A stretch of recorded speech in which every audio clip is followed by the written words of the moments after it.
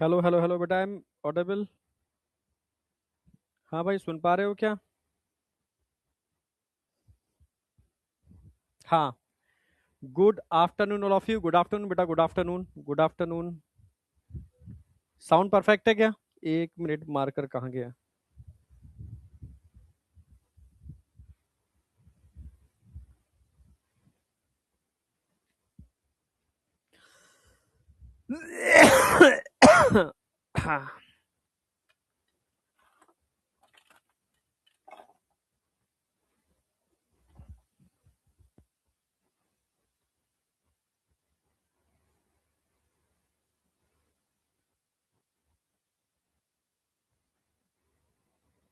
Okay, चलो तो start करते हैं आज। और आज चैप्टर का एंड भी करना है, ठीक है? तो सबसे पहले good afternoon all of you. Good afternoon बेटा, गुड आफ्टरनून। अभी बताता हूँ, ऑक्सीजन CO2 बाइंडिंग रिवीजन तो मैं कराऊंगा ही ना, उसमें सोचने की बात ही नहीं है।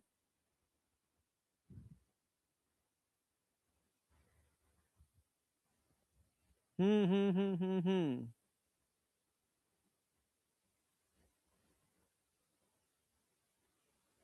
नमस्तुभ्यम बेटा, नमस्तुभ्यम।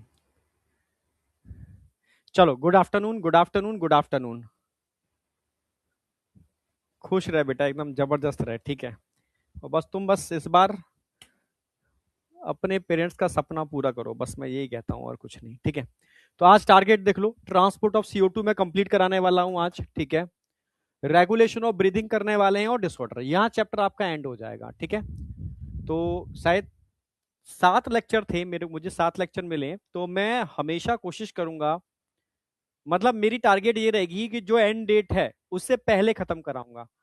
और बहुत कंसेप्चुअल कराऊंगा, PYQ के साथ कराऊंगा, लेवल अप क्वेश्चंस मैं अलग से कराऊंगा, ठीक है? मतलब मैं सब कुछ लेके चलूंगा, ठीक है? और नीट एडवांस का होमवर्क भी प्रॉपर मैं दिया करूंगा, ठीक है? तो आज चैप्टर तो एंड हो रहा है, यानी अब आपको इस चैप्टर को पूरा नीट एडवांस से पूरा करना है, ठीक है? हाँ, नीट एडवांस आपको छोड़नी नहीं है। इस चैप्टर की अगर मैं बात करूं नीट एडवांस की, तो लगभग इसके अंदर, नीट एडवांस के अंदर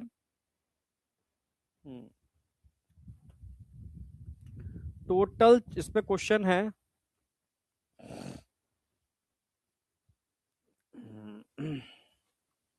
हाँ, 123 क्वेश्चन है। तो 123 क्वेश्चन है, आज 123 के 23 आपको पूरे करने हैं इसके, ठीक है? मतलब, और टाइम ड्यूरेशन ध्यान रखना, आपको बहुत लंबा टाइम नहीं चाहिए इसके लिए। 123 क्वेश्चन करने के लिए आप ज्यादा से ज्यादा 2 घंटे दोगे, ज्यादा से ज्यादा बता रहा हूं मैं, ठीक है? 1.5 से 2 घंटे में आपको ये क्वेश्चन बहुत अच्छे से करने हैं। बच्चे तो 1 घंटे में कर लेंगे, मैं एक बेसिक बच्चे के लिए बता रहा हूँ। 1.5 से 2 घंटे में इसके 123 क्वेश्चन कंप्लीट करेगा बच्चा, ठीक है? चलो, ये तो आपका होमवर्क रहेगा आज, ठीक है? अब सबसे पहले हम रिवीजन लेके चलते हैं। अच्छा, ये तो स्लाइड बता ही दूं आपको। तो ये स्कैनर है, इसको स्कैन करके बेटा एक फॉर्म आएगा, वैसे आपको लिंक भी मिल गया होगा क्योंकि मैंडेटरी है ये सभी बच्चों के लिए। तो इसको आपको फिल करना है, ठीक है? और फाइनली आपको स्कैन करके अपने ग्रुप को ज्वाइन कर लेना है। रिवीजन जैसा हमारा चलता ही है। तो आज बच्चे ने से पूछा कि सर एक बार लोडिंग अनलोडिंग तो मैं बताऊंगा ही, पर एक बार CO2 और ऑक्सीजन की बाइंडिंग समझा दूं, ठीक है? अगर आपसे पूछा जाए कि ऑक्सीजन की बाइंडिंग साइट क्या है, नोटेबल पॉइंट यहां लिख देता हूं, ऑक्सीजन की बाइंडिंग साइट क्या है? जैसे क्वेश्चन पूछे पुराने गए हैं, पुराने, यहां लिखता हूं मैं, इससे एकदम क्लियरिटी आ जाएगी इतने से के अंदर। अगर मैं तुमसे कहूं ऑक्सीजन बाइंडिंग साइट क्या होती है, हीमोग्लोबिन में ऑक्सीजन बाइंडिंग साइट क्या होती है, ठीक है? ऑक्सीजन बाइंडिंग साइट इन हीमोग्लोबिन, हीमोग्लोबिन के अंदर ऑक्सीजन बाइंडिंग साइट क्या होती है, हमेशा ध्यान रखना है आपको। ऑक्सीजन बाइंडिंग साइट जो होती है वो हीम होता है, क्या होगा, हीम। और हीम में भी क्या, Fe2 पॉजिटिव, Fe2 पॉजिटिव, ये क्वेश्चन आता है।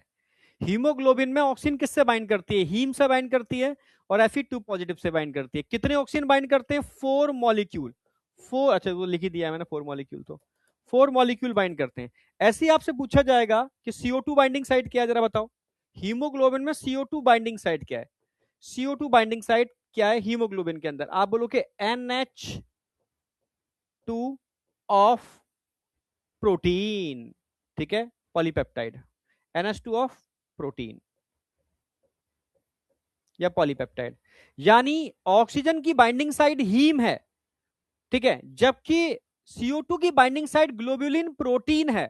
हाँ, प्रोटीन सेपरेट है, ग्लोबुलिन प्रोटीन अलग है, जिसका NH2 ग्रुप ये आयरन से जुड़ेगा तो ये NH2 से जुड़ेगा, बाइंडिंग साइड अलग अलग है। बट अगर ऑक्सीजन बाइंड पहले कर जाएगी तो CO2 की बाइंडिंग साइड चेंज हो जाएगी, CO2 बाइंड नहीं कर पाएगी। अगर CO2 पहले बाइंड कर जाएगी तो ऑक्सीजन की बाइंडिंग साइड चेंज हो जाएगी, ऑक्सीजन बाइंड नहीं कर पाएगी। एक बार में एक मॉलिक्यूल से, जबकि आरबीसी में एक मॉलिक्यूल नहीं होता, 280 मिलियन मॉलिक्यूल होते हैं। एक बार में एक मॉलिक्यूल से एक ही गैस बाइंड कर सकती है, दोनों साथ साथ नहीं कर सकती। ये या ये और लगा हुआ है बीच में, ठीक है। तो स्ट्रक्चर ऑफ हीमोग्लोबिन की बात करता हूं, each RBC contain 280 million molecule of haemoglobin. भाई हीमोग्लोबिन में बात करूं तो 15 ग्राम हीमोग्लोबिन पर 100 ml ऑफ ब्लड एक स्वस्थ मनुष्य के अंदर होना चाहिए, ठीक है। 4 मॉलिक्यूल होते हैं इसके अंदर हीम के, और 4 पॉलीपेप्टाइड होती है, 2 अल्फा 2 बीटा चेन, ठीक है। हीम की बात करता हूं तो उसमें पोरफिरिन रिंग, पेंटावैलेंट रिंग्स होती है, पोरफिरिन रिंग, ठीक है। ये पोरफिरिन रिंग्स है, ये पोरफिरिन रिंग्स है। तो 4 पोरफिरिन रिंग्स होती हैं, 4 ही इनसे आयरन जुड़े होते हैं, फेरस, फेरिक, रिक मतलब रिच, रिच मतलब 3 पॉजिटिव। जो ज्यादा वाला होगा वो 3 पॉजिटिव होगा, कम वाला होगा वो 2 पॉजिटिव होगा, ठीक है, फेरस। तो ऑक्सीजन फेरस से जुड़ती है, फेरिक से नहीं जुड़ती।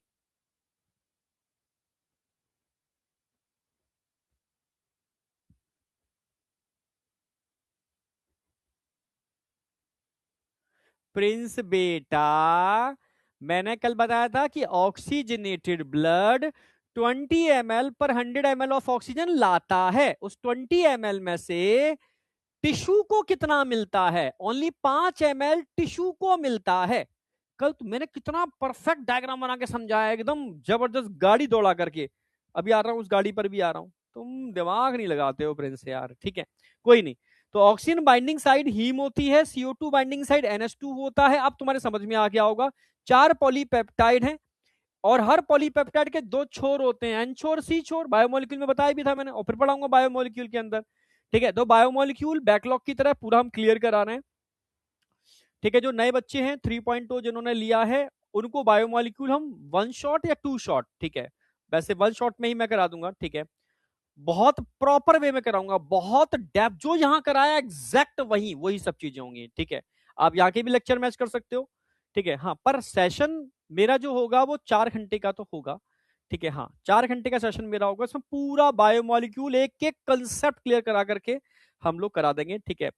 तो इसको हम वाईटी पर करा रहे हैं, जिससे कोई भी बच्चा उसको देख पाए और ठीक है, उसको लगे कि यार ये 1 शॉट में इतना अच्छा करा सकते हैं। तो यहाँ उन्होंने डिटेल्ड में कितना अच्छा कराया होगा, सिंपल सी बात है, क्योंकि और कोई ऑप्शन होता ही नहीं है बच्चे से कनेक्ट करने का, वाईटी होता है, ठीक है। तो क्योंकि बच्चे को पता ही नहीं है, जब मैंने बच्चे से पूछा कि जैसे बच्चा किसी और इंस्टीट्यूट में था, तो उसने कहा सर वो मैं एक्स टीचर से पढ़ रहे थे, ये पिछली साल पढ़े, बट अब समझ में आया कि यार कंसेप्ट ऐसे भी होते हैं, ठीक है, कंसेप्ट इस तरीके के भी होते हैं। तो जब तक बच्चा जानेगा ही नहीं तो उसको कैसे पता चलेगा कंसेप्ट कैसे होते हैं और कैसे उसको एक्चुअल में अपने टारगेट को अचीव करना है, ठीक है।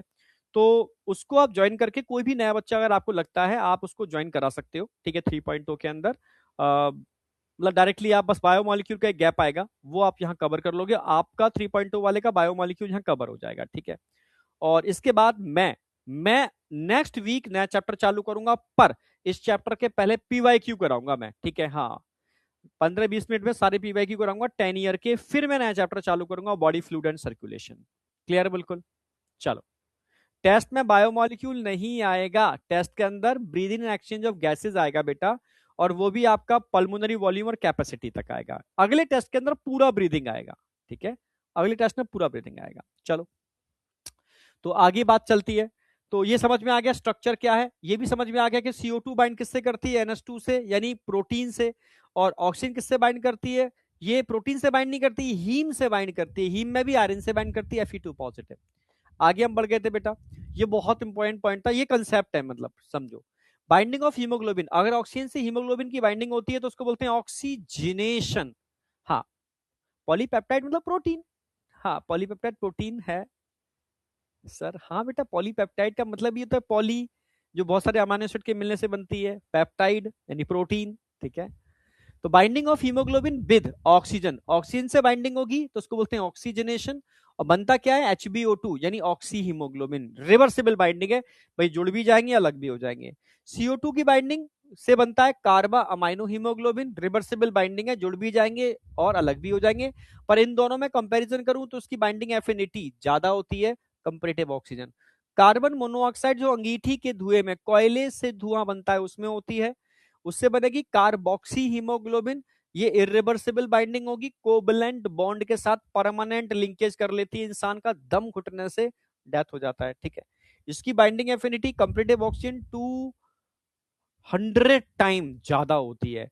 और फ्री रेडिकल, आप जो भी डिब्बे बंद वाली चीजें खा रहे हो, जो भी समझ रहे हो बाहर का चीजें खा रहे हो, और जो पॉल्यूशन वाली एयर है, ये सब क्या कर रही है बेटा, और जो मतलब आपकी बॉडी में फ्री रेडिकल प्रोड्यूस कर रही है, बहुत सारे फ्री रेडिकल बन रहे हैं जो चीजों को ऑक्सीडाइज करके खत्म कर रहे हैं। फ्री रेडिकल का मतलब है हैंड ग्रेनेड, जहां पर भी जा रहे हैं फट रहे हैं वो खत्म ऑक्सीडाइज, जहां जा रहे हैं फट रहे हैं खत्म ऑक्सीडाइज, जहां जा रहे हैं फट रहे हैं खत्म ऑक्सीडाइज।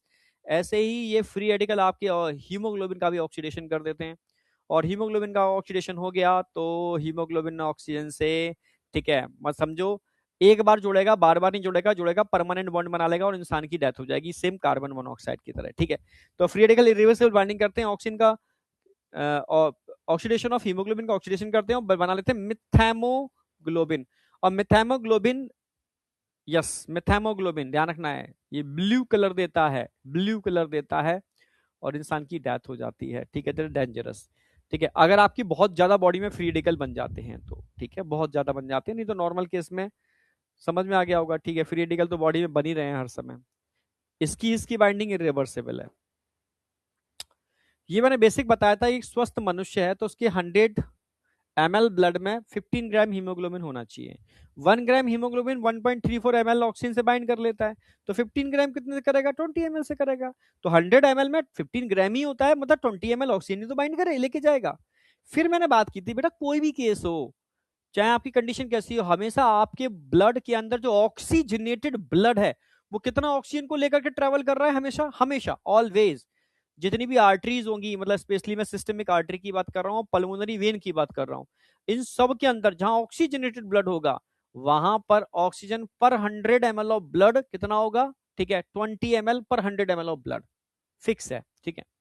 पर यही 20 ml पर 100 ml of blood, 20 ml oxygen पर 100 ml ऑफ ब्लड जब टिश्यू के पास पहुंचेगी, तो इस 20 ml ऑक्सीजन पर 100 ml ऑफ ब्लड के हिसाब से 5 ml टिश्यू ले लेगा नॉर्मल कंडीशन में, रेस्टिंग कंडीशन में, ठीक है। इसके बदले में लगभग 4 ml CO2 की लोडिंग हो जाएगी। जब लौटेगा तो 20 में से 5 निकल गया, 15 रह गया और 4 ml ये आ गया पर 100 ml ऑफ ब्लड। अगर ये मैं 200 कर दूंगा डेटा डबल हो जाएगा, 300 कर दूंगा ये डेटा ट्रिपल हो जाएगा। ये लौट रहा होगा डीऑक्सीजनेटेड ब्लड। जब आप एक्सरसाइज करते हो तो भाई ये तो उतना ही होगा, पर एक्सरसाइज के टाइम पर भाई एनर्जी की रिक्वायरमेंट ज्यादा होगी, तो एनर्जी रिक्वायरमेंट ज्यादा होगी तो ऑक्सीजन ज्यादा चाहिए तोड़ने के लिए, तो CO2 भी ज्यादा बनेगी, तो ज्यादा ऑक्सीजन चाहिए, मतलब 5 की जगह 15 ml ऑक्सीजन टिश्यू में जाएगी, बची हुई 5 ml यहां रह गई। इसके बदले में 14 ml CO2 लोड हो जाएगी जो डीऑक्सीजनेटेड ब्लड के थ्रू वापस टूवर्ड्स लंग्स चली जाएगी। बस सिंपल सी बात है यार, ठीक है, समझे प्रिंस बाबू, आई या नहीं आई? BMS सर एनसीईआरटी ने थोड़ा कंफ्यूज हाँ कर दिया था, ठीक है।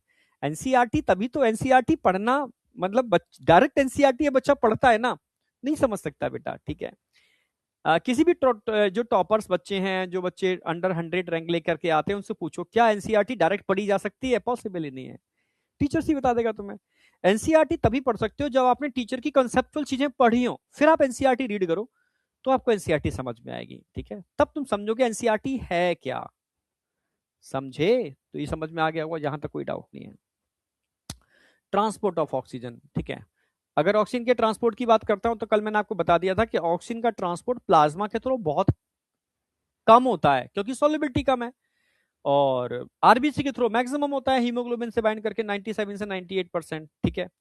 जबकि CO2 उल्टा होता है, CO2 आज कराने वाला हूं, CO2 का ट्रांसपोर्ट प्लाज्मा से ज्यादा होता है, आरबीसी के थ्रू कम होता है क्योंकि उसकी सॉल्युबिलिटी कंपैरेटिव ऑक्सीजन 20 से 25 टाइम ज्यादा होती है, थोड़ी बहुत नहीं, 20 से 25 टाइम ज्यादा होती है, ठीक है।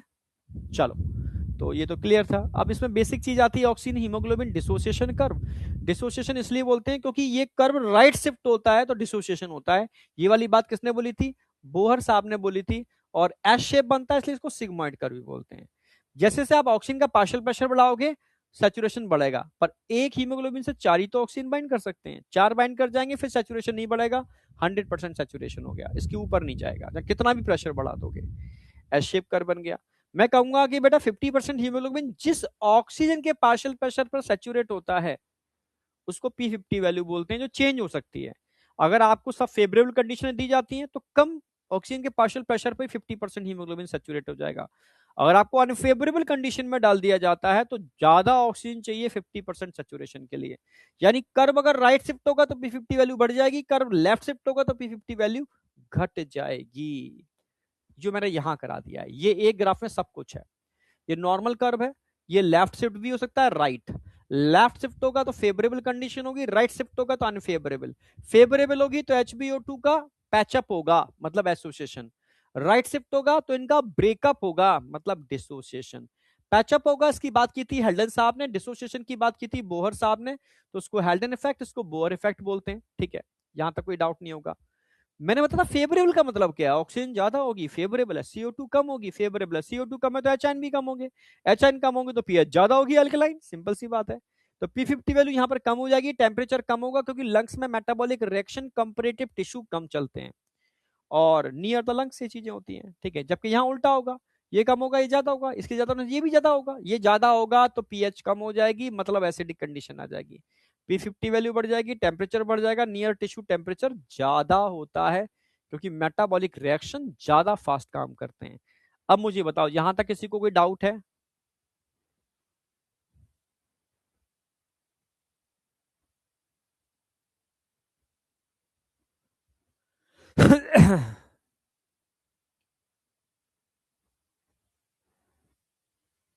यहां तक कोई डाउट?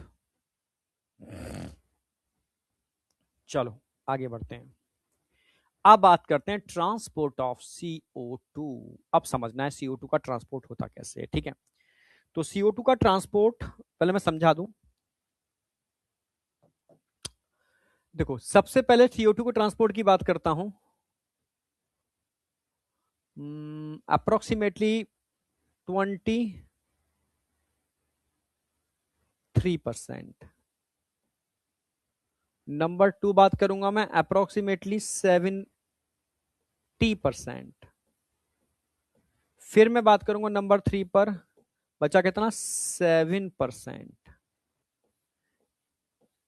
अलग अलग तरीके से होता है। अगर 23% CO2 की बात करता हूं तो 23% CO2, 23% CO2, 7% CO2,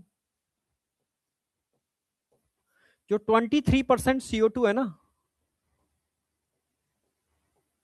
हाँ जो 23% CO2 है ना, ये आरबीसी सा ट्रांसपोर्ट किसके थ्रू होता है, आरबीसी के through, transport through RBC.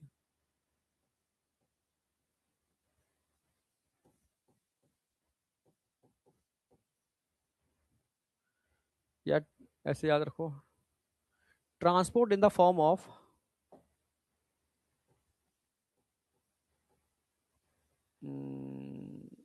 HbCO2 की फॉर्म में, किसके थ्रू, HbCO2, HbO2 कर दिया, HbCO2 यानी कार्बा अमाइनो हीमोग्लोबिन।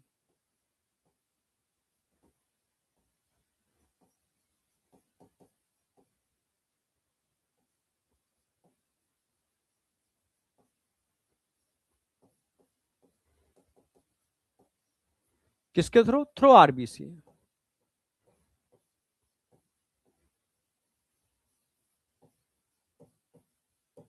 आरबीसी में हीमोग्लोबिन होता है, उसके थ्रू कार्बा अमाइनो हीमोग्लोबिन की फॉर्म में 23% CO2 का ट्रांसपोर्ट होता है, 70% बाइकार्बोनेट आयन HCO3 आयन की फॉर्म में, बाइकार्बोनेट आयन,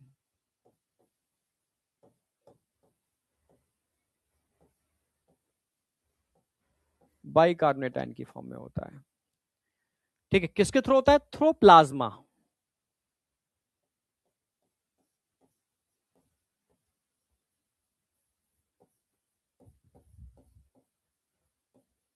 अभी मैं ट्रांसपोर्ट में भी दिखाऊंगा इस चीज को। और 7% डिजोल्व फॉर्म में,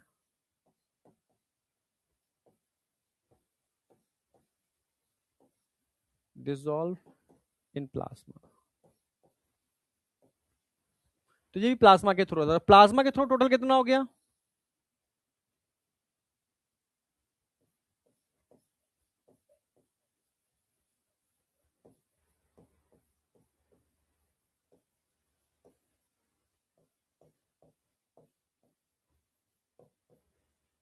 थ्रू प्लाज्मा टोटल कितना हो गया? 77%। 77%, टोटल 77% ट्रांसपोर्ट होगा प्लाज्मा के थ्रू। क्यों? Due to high solubility.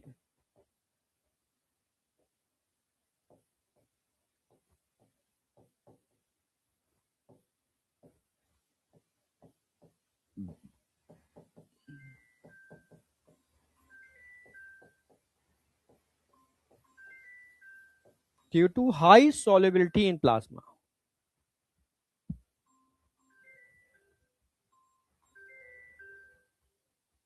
Due to high solubility in plasma. अब मुझे बताओ, यहां तक कोई डाउट है किसी को?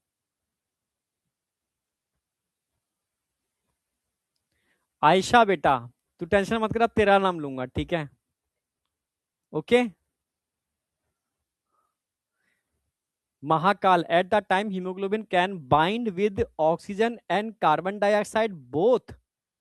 देखो बेटा, एक ही haemoglobin single molecule single time में दोनों से बाइंड नहीं कर सकता। अब तो मैं समझा देता हूं मैं, ठीक है? ऐसे तो मैं तो बच्चों की तरह समझाना पड़ेगा, समझ गया मैं, तुम कंफ्यूज ही रहोगे। ये है आरबीसी। ये कौन है? R B C. इस आरबीसी के अंदर आपको क्या देखने को मिल रहा है? ये क्या देखने को मिल रहा है? ये क्या है? हीमोग्लोबिन। ये हीमोग्लोबिन के मॉलिक्यूल है एक ही आरबीसी के अंदर। कितने मॉलिक्यूल हैं? 280 मिलियन मॉलिक्यूल हैं किसके? हीमोग्लोबिन के। कितने? 280 मिलियन मॉलिक्यूल है किसके? हीमोग्लोबिन के इस आरबीसी में। 280 मिलियन मॉलिक्यूल ऑफ हीमोग्लोबिन। अगर मैं इस हीमोग्लोबिन की बात कर सकता हूं, हो सकता है ये हीमोग्लोबिन ऑक्सीजन से बाइंड करेगा, ऑक्सीजन से करेगा, CO2 से नहीं करेगा। हो सकता है ये वाला CO2 से बाइंड करेगा पर ऑक्सीजन से नहीं करेगा। ये वाला CO2 से बाइंड करेगा, ऑक्सीजन से नहीं करेगा। ये वाला ऑक्सीजन से बाइंड करेगा, CO2 से बाइंड नहीं करेगा। यानी एक ही आरबीसी के अंदर जो मॉलिक्यूल्स हैं वो एक मॉलिक्यूल एक बार में एक ही गैस से बाइंड करेगा, दोनों से बाइंड नहीं करेगा। पॉसिबल नहीं है। अब बताओ, समझ में आया? आमिर बेटा, आमिर समझ में आया? हाँ हाँ, संस्कार बेटा, बिल्कुल खुश रहे। अब बता, समझ में आया? संस्कार। आयशा, राफिया बेटा, डोपा बुक मैं बता दूंगा, आज मैं कंफर्म करता हूँ, ठीक है? डिस्पैच का टाइम क्या है इनका, ठीक है? तो मैं आज कंफर्म करके अगली क्लास में तुम्हें बताता हूँ मैं, ठीक है? सर एक बार और बताओ। अरे कौन है ये भाई? कहाँ गया? निकल गया, नाम नहीं देख पाया। नीट एडवांस हो गई शुभम, बहुत बढ़िया, सुपर। कितने बच्चों ने नीट एडवांस कर ली है? ये वाला चैप्टर, इस वाले चैप्टर का नीट एडवांस कितने बच्चे कर चुके हैं?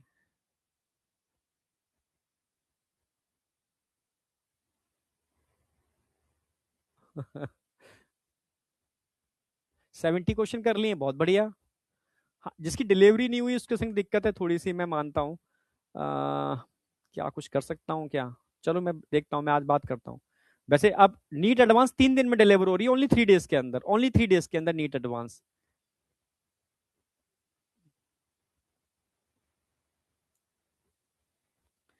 2-3 क्वेश्चन गलत हुए तो कोई बहुत बड़ी बात नहीं है, ठीक है? कर लिए, पर ठीक है। गौरव, ठीक है।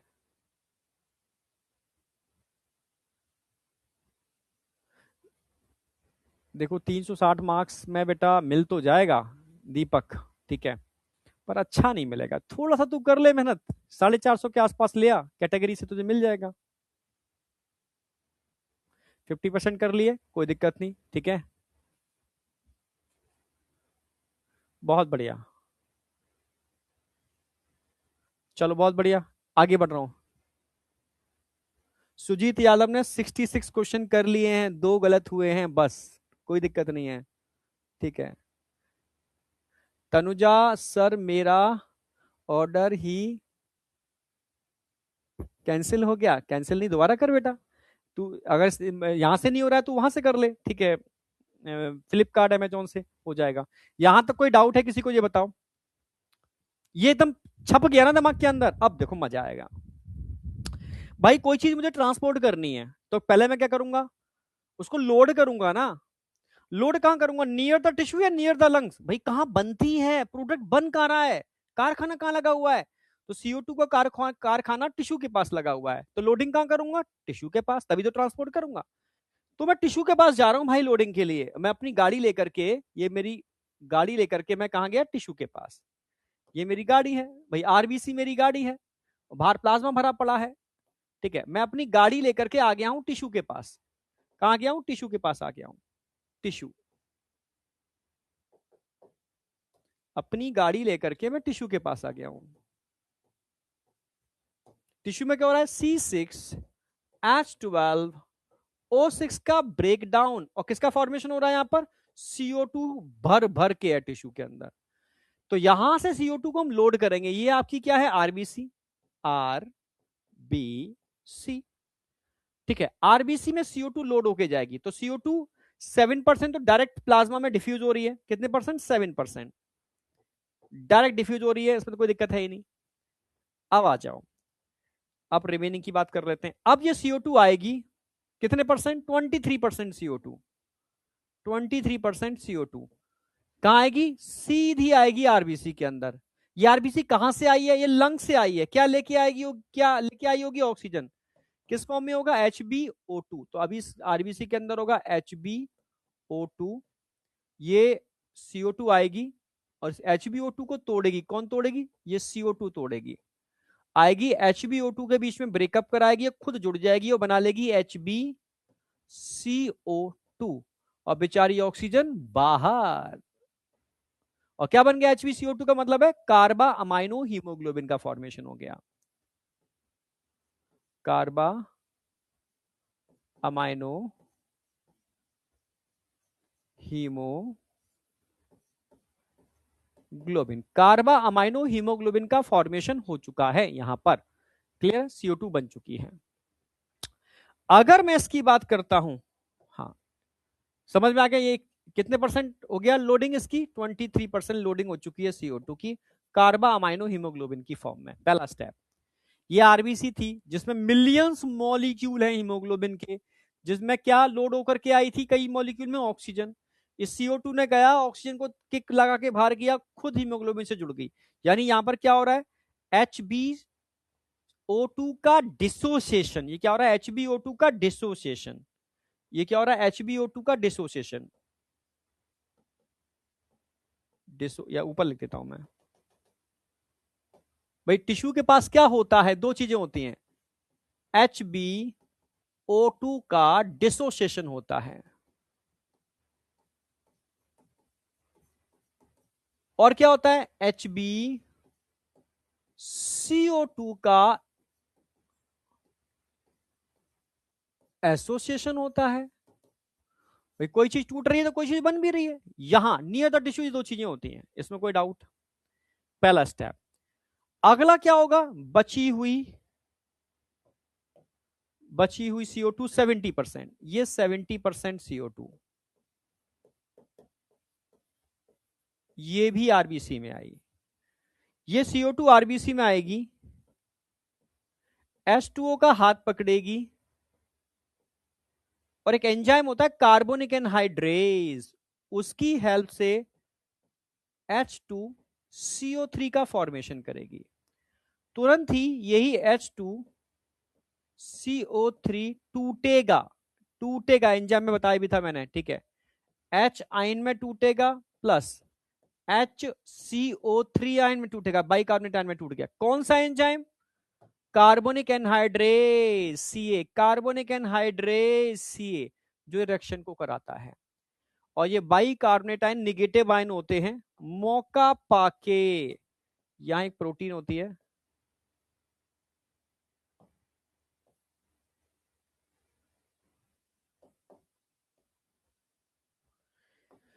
मौका पाके बाइकार्बोनेट आयन यहां से बाहर निकल जाएंगे, डिफ्यूज हो जाएंगे, क्योंकि निगेटिव आयन के लिए आरबीसी की मेम्ब्रेन परमेबल होती है। हो गए बाहर, HCO3 आयन बाहर चले गए। पर जब ये बाहर जा रहे थे ना, चुपचाप से एच आयन के कान में कुछ कह के गए। क्या कह के गए बताऊंगा अभी, बस कह के निकल लिए, भाई मैं तो जा रही हूं, तू देख ले आगे का, ठीक है। बाहर जाकर के भाई सोडियम, सोडियम का हाथ पकड़ेंगे और क्या बना लेंगे, NaHCO3, सोडियम बाइकार्बोनेट, और ये ट्रांसपोर्ट हो गया, transport through plasma.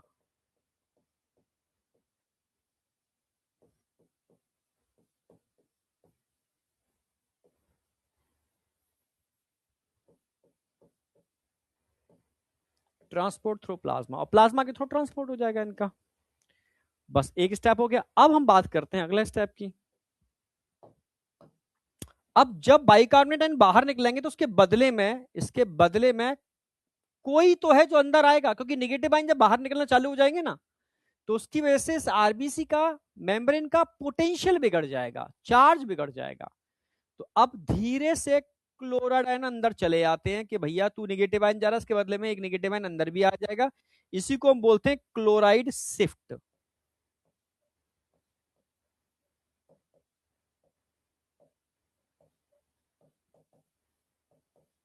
Chloride shift, भाई कोई निगेटिव आयन बाहर निकल रहे हैं तो उसके बदले में कुछ निगेटिव आयन अंदर भी आ रहे हैं, जो इसकी मेम्ब्रेन की पोटेंशियल को मेंटेन करते हैं। और क्लोराइड शिफ्ट की बात की थी, एक साइंटिस्ट थे उन्होंने, जिनको बोलते हैं hamburger, so it is called hamburger phenomenon.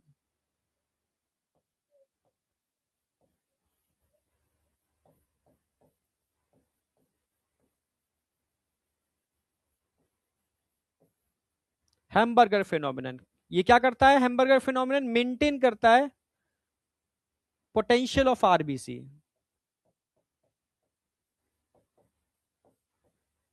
Maintain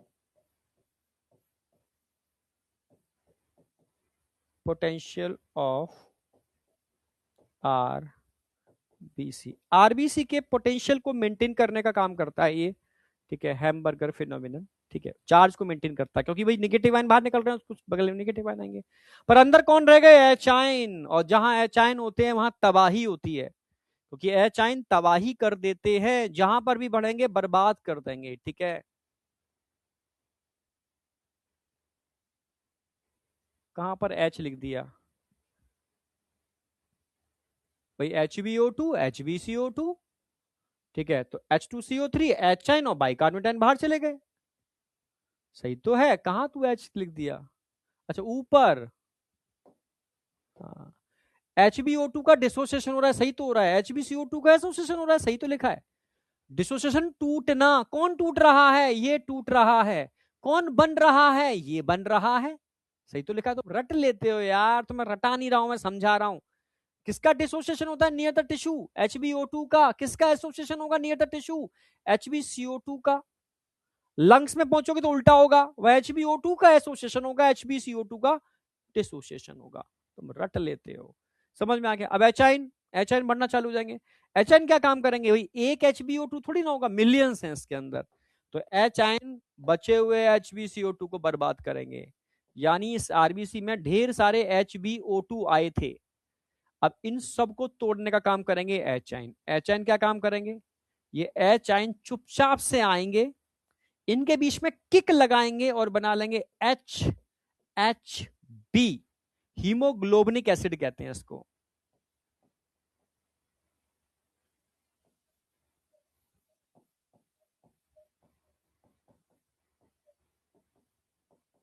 haemoglobinic acid है, एसिड है तो एसिड क्या होता है, एसिड तो खतरनाक होता है ना, आप जानते हो ना, हाँ हीमोग्लोबिनिक एसिड है। ये एच आयन डोनेट करेगा, आगे दिखाता हूं कैसे करेगा।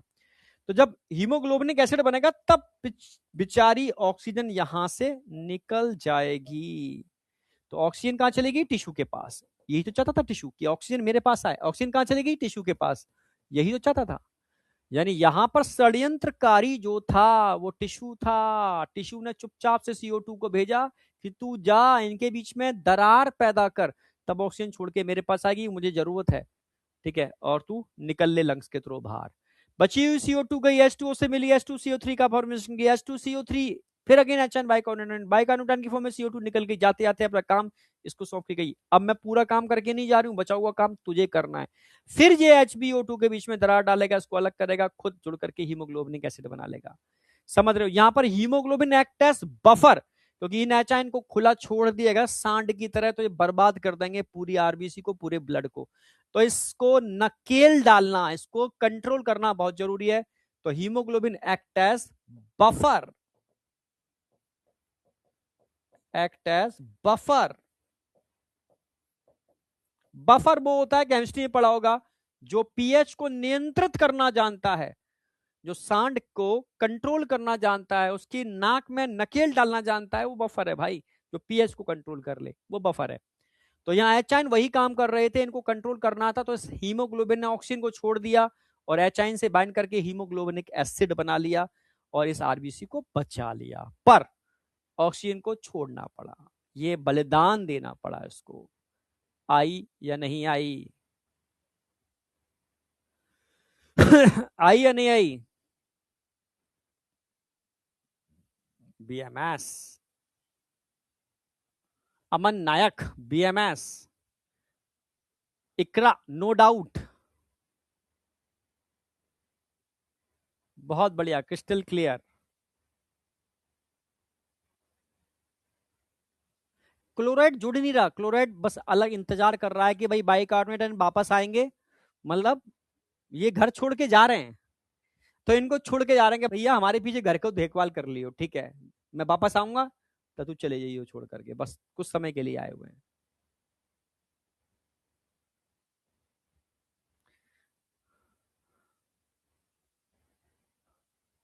अलविया बीएमएस, इकरा को डाउट है। इकरा बेटा पूछ क्या है? नहीं, एच बी आरबीसी को कोई इफेक्ट नहीं करेगा क्योंकि हीमोग्लोबिनिक एसिड बन गया ना, यानी एचाइन फ्री फॉर्म में नहीं है, ठीक है, समझो, कोई नुकसान नहीं है। इकरा तू कुछ पूछ रही थी, अभी समझ में नहीं आया तो एक बार फिर समझाऊंगा, टेंशन मत करो। हाँ, 3 पर जो 7% ऑक्सीजन है CO2 में तो डिफ्यूज कर गई।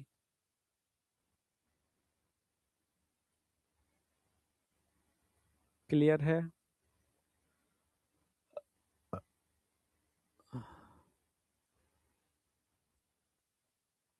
इकरा से पूछ रहा हूँ, उसने कुछ पूछा था सर क्या डाउट है, मैं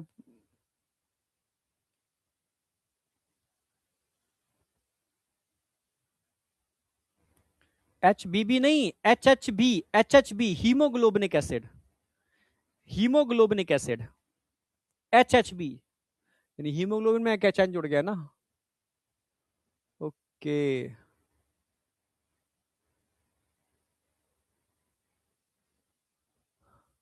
नुपुर बेटा तेरा कमेंट भी पढ़ता हूँ, आंखें मेरी थोड़ी सी खराब हो गई हैं, जल्दी जल्दी जो कमेंट निकलते हैं ना तो कुछ पढ़ पाता हूँ कुछ नहीं पढ़ पाता, ठीक है।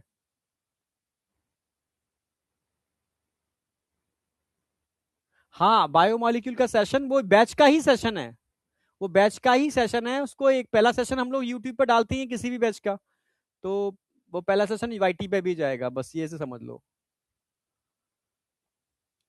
पर तुम्हारे पास दोनों ऑप्शन रहेंगे, ठीक है, डिटेल में पढ़ना है तो बैच पे दे ही रखा है रिकॉर्डेड फॉर्म में, जो अभी पढ़ाया है हम लोगों ने, जस्ट अभी करेंटली पढ़ाया है, और वन शॉट में करना है तो हम करा रहे हैं, मजा आ जाएगा, गारंटी है। मैं तुम्हें फील ही नहीं होने दूंगा वन शॉट है कि टू शॉट है, क्या है वो।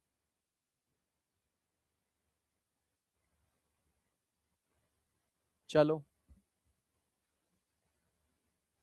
इकरा से मैंने पूछा था क्या पूछना चाह रही थी, उसने बताया ही नहीं, डाउट। चलो, क्लास के बाद ऑलमोस्ट सारे क्वेश्चन सॉल्व हो जाते हैं इंशाल्लाह। हाँ भैया, सारे क्वेश्चन सॉल्व हो जाएंगे बेटा, कुछ नहीं छूटेगा, गारंटी है।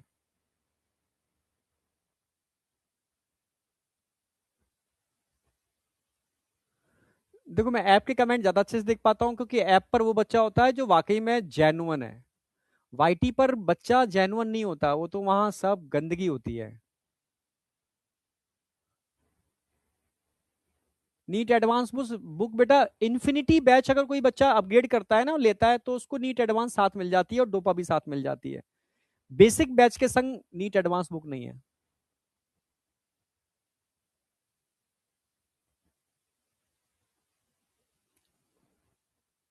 चलो चलें आगे। हाँ, हैमबर्गर। हैमबर्गर बर्गर भी होता है, पता है? ये मैं जब ऑफलाइन में पढ़ा रहा था, तो मुझे बच्चों ने बताया कि जयपुर में इसके आउटलेट है हैमबर्गर के, ठीक है। हाँ, तो हैमबर्गर के आउटलेट हैं, मतलब आई एम शॉक, ठीक है। हाँ, समझे? अभी एक बार और समझाता हूँ। जिसके पास इन्फिनिटी है उसको तो डोपा और नीट एडवांस मिल ही जाएगा, टेंशन क्यों कर रहे हो? आ भी गया होगा अब तक। अब देखो, CO2 का ट्रांसपोर्ट 3 फॉर्म में होता है, मैंने फॉर्म्स बता दिए हैं कि भाई HbCO2, बाइकार्बोनेटाइन और CO2 की फॉर्म में डिसॉल्व। किसके थ्रू होता है? आरबीसी के थ्रू होता है, और ये दोनों प्लाज्मा के थ्रू होते हैं। फिर मैंने बताया कैसे। 7% CO2 प्लाज्मा के थ्रू चलेगी, 23% CO2 आरबीसी में आएगी, HbO2 को किक लगाएगी, HbCO2 बना लेगी, 23% लोडिंग हो गई आरबीसी के थ्रू। 70% CO2 आएगी, H2O से मिलेगी, H2CO3 बनाएगी कार्बोनिक एनहाइड्रेज एंजाइम की प्रेजेंस में, ठीक है।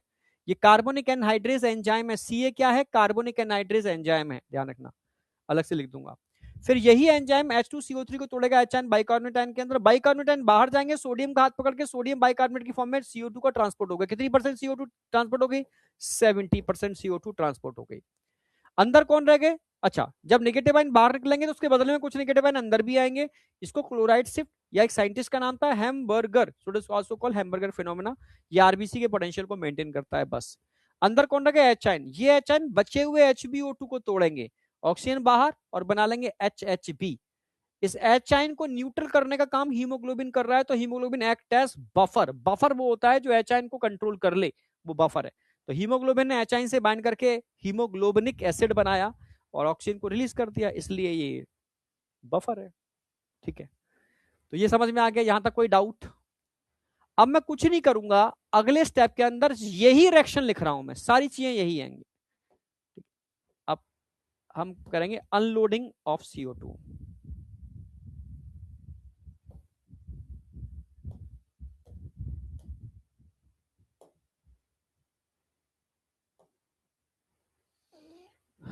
Unloading of CO2।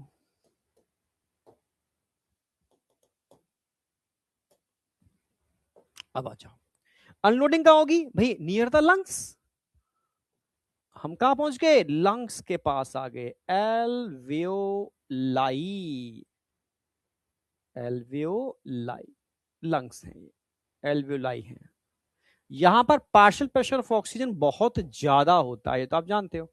ऑक्सीजन का पार्शियल प्रेशर यहां पर ज्यादा होगा, ठीक है। तो यहां ऑक्सीजन का इलाका है भाई, वो CO2 का इलाका था तो वहां CO2 की चलती थी, पर यहां पर ऑक्सीजन का इलाका है।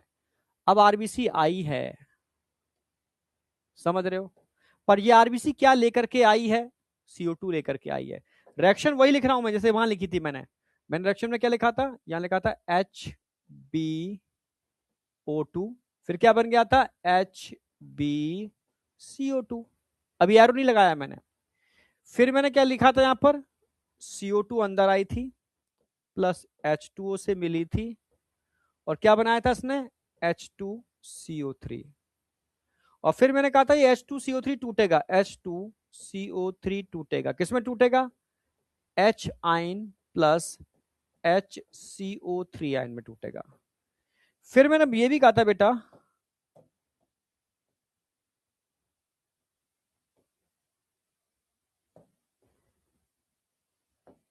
ये बाइकार्बोनेट बाहर निकलेंगे, अभी निकालेंगे इनको, ठीक है। इधर लिख देता हूं, बस एरो नहीं बना रहा हूं, सब कुछ जैसे बना दे रहा हूं, HCO3 आयन, बस एरो नहीं बना रहा हूं मैं कहीं पर भी।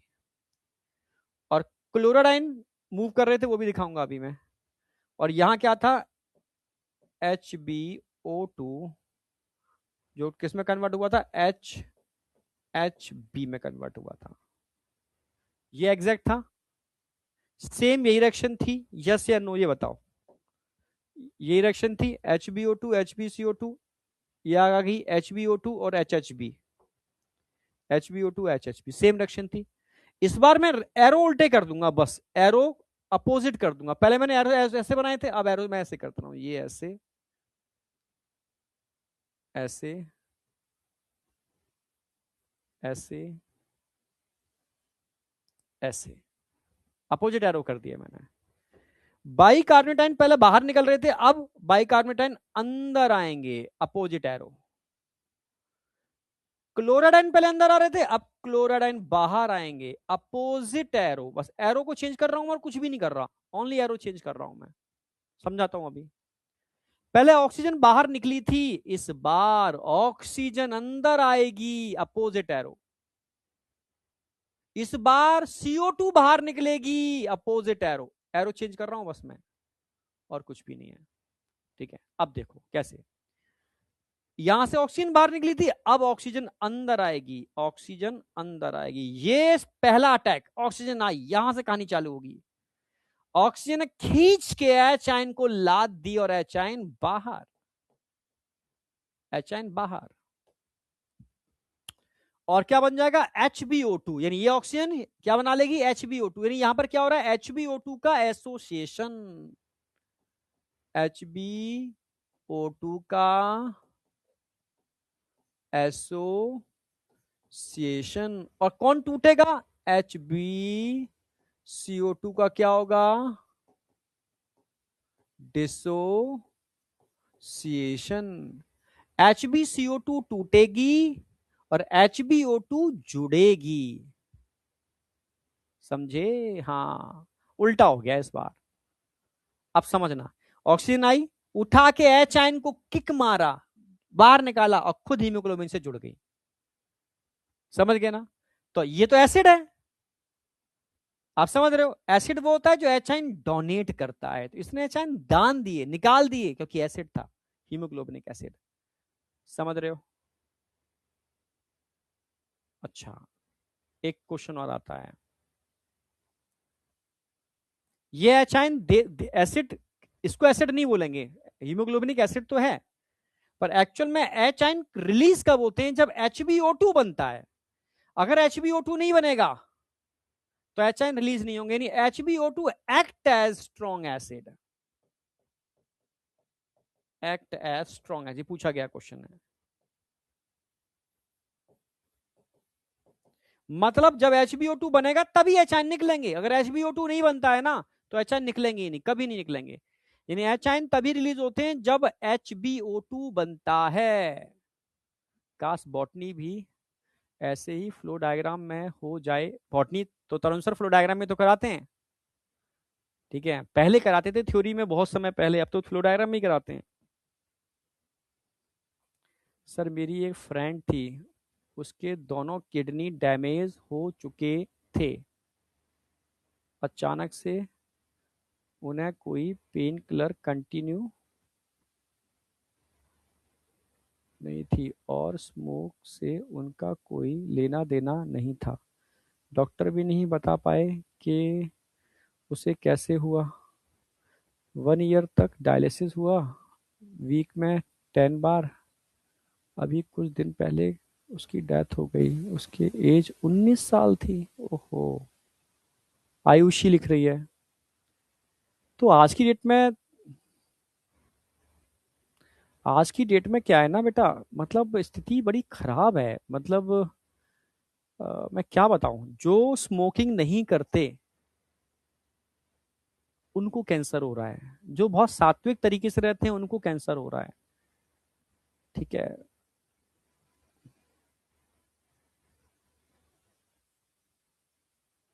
समझे, चीजें चेंज हो गई हैं।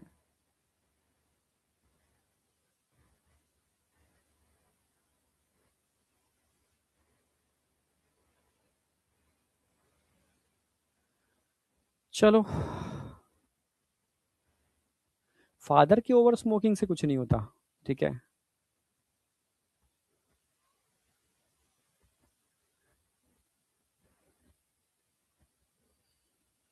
चलो आगे चलते हैं।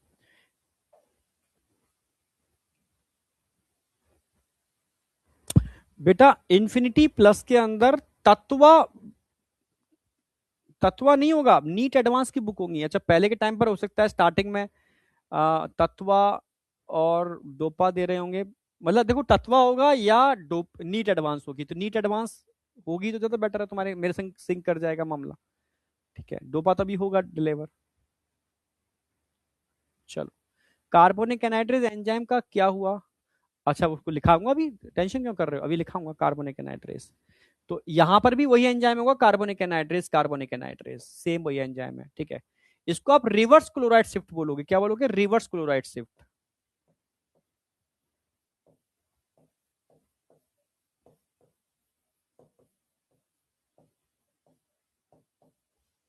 पर हैमबर्गर फिनोमिना नहीं बोलेंगे। ये कहां से आ गया भाई? यहां पर आए थे NaHCO3। जैसे ही NaHCO3 टिश्यू के यहाँ नियर द लंग्स आते हैं, ये टूटना चालू हो जाते हैं, सोडियम अलग हो जाएगा इनसे और बाइकार्बोनेट आयन अलग हो जाएंगे, और बाइकार्बोनेट आयन अलग होते ही अंदर आना चालू हो जाएंगे। अंदर आते ही ये जो एच आयन थे ना, इनसे बाइंड कर जाएंगे, यानी bicarbonate ion act as buffer near the alveoli.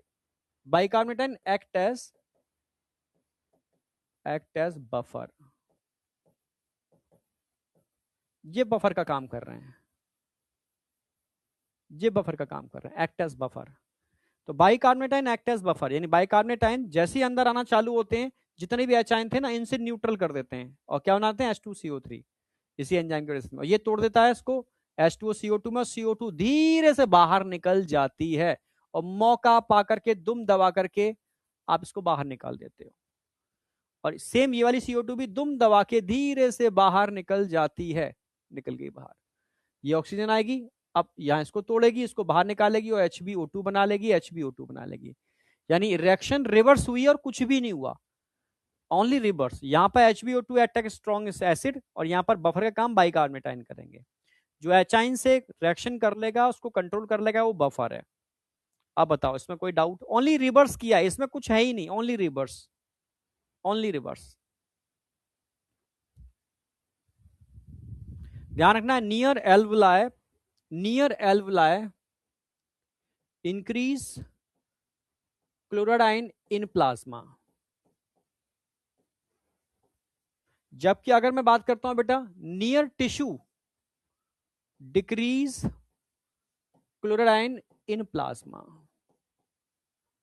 हमेशा टिश्यू के पास प्लाज्मा में क्लोराइड कम हो जाएंगे क्योंकि अंदर चले जाएंगे, और हमेशा एल्वुलाई के पास प्लाज्मा में क्लोराइड बढ़ जाएंगे क्योंकि बाहर निकल आएंगे। सिंपल सी बात है। ठीक है, अब मुझे बताओ ये कंसेप्ट समझ में आया नहीं आया?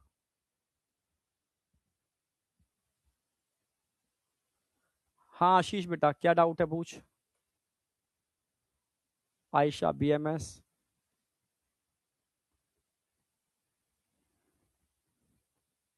HHV में HI निकलने के बाद तुम्हारे सामने आ गई कहानी, क्या हुआ?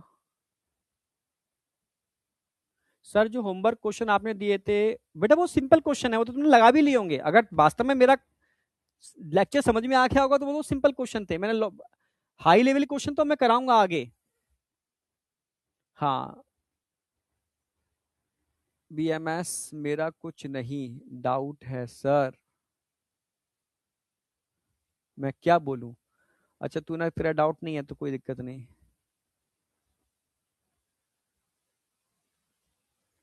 ममता यस सर, हो गए ना? हाँ मुझे पता थी हो जाएंगे। अगर मुझे कोई क्वेश्चन लगता है कि बेटा ये बच्चे को डाउट में आएगा तो मैं उसको पहले करा देता हूँ। ठीक है, मैं पता रहा हूँ जिस लेवल का मैं पढ़ा रहा हूँ उस लेवल की डाउट मैं तुम्हें आने नहीं दूंगा, और फिर भी मुझे लगता है आएगा तो मैं कराऊंगा, तो मैं उसको टेंशन मत लो। चलो सर BMS क्या है? अश्मा को ये नहीं पता BMS क्या है, बता दो उसको बेटा।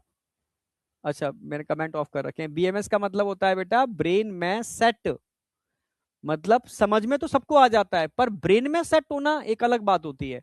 उसकी प्रॉपर मेमोरी बनना, सिनैप्स बनना कंसेप्ट के साथ, उसको BMS कहते हैं। मैंने भी कर लिया सर होमवर्क, बहुत बढ़िया, तुम होमवर्क कर रहे हो तो अच्छी बात है।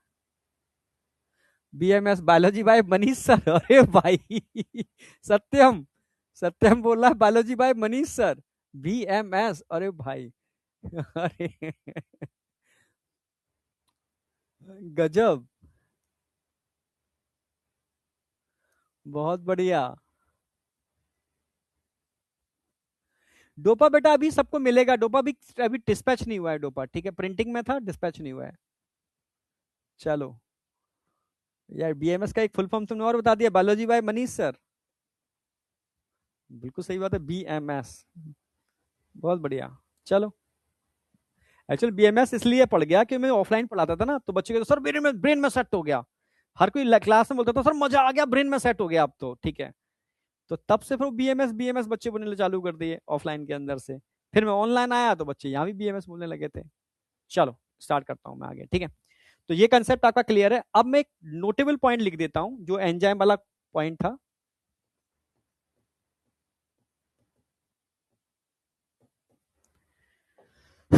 कौन सा एंजाइम यहां यूज हो रहा है? Carbonic anhydrase.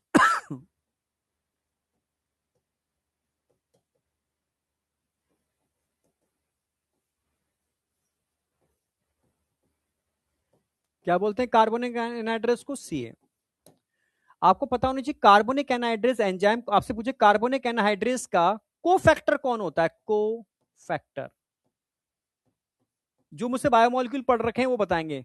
कार्बोनिक एनहाइड्रेज का कोफैक्टर कौन होता है?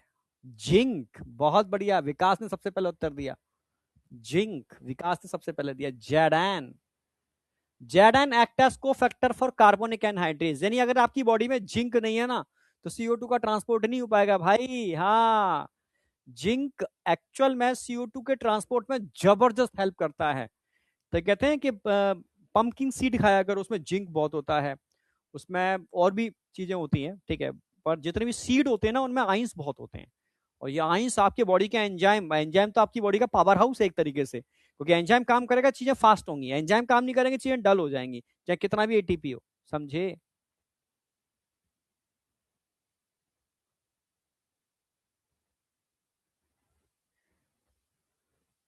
सुग्रीव लिख रहा है, सुग्रीव की लाइन सुनो, सर मुझे पहले आपके लेक्चर ऐसे ही लगते थे।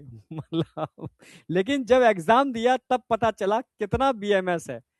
ठीक है, क्योंकि तुझे मतलब, ठीक है, पता होना चाहिए बेटा, चाहिए, ठीक है। एक्चुअल में मैं टीचर नहीं था, मैं रिसर्च में था, R&D, रिसर्च एंड डेवलपमेंट, ठीक है। तो टीचिंग में आया तो पढ़ाना क्या था भाई, पहले MSc के बच्चों को पढ़ा रहा था, मतलब गेट की तैयारी करा रहा था, नेट की तैयारी करा रहा था, अब नीट की तैयारी करानी थी, यानी लेवल डाउन हो गया।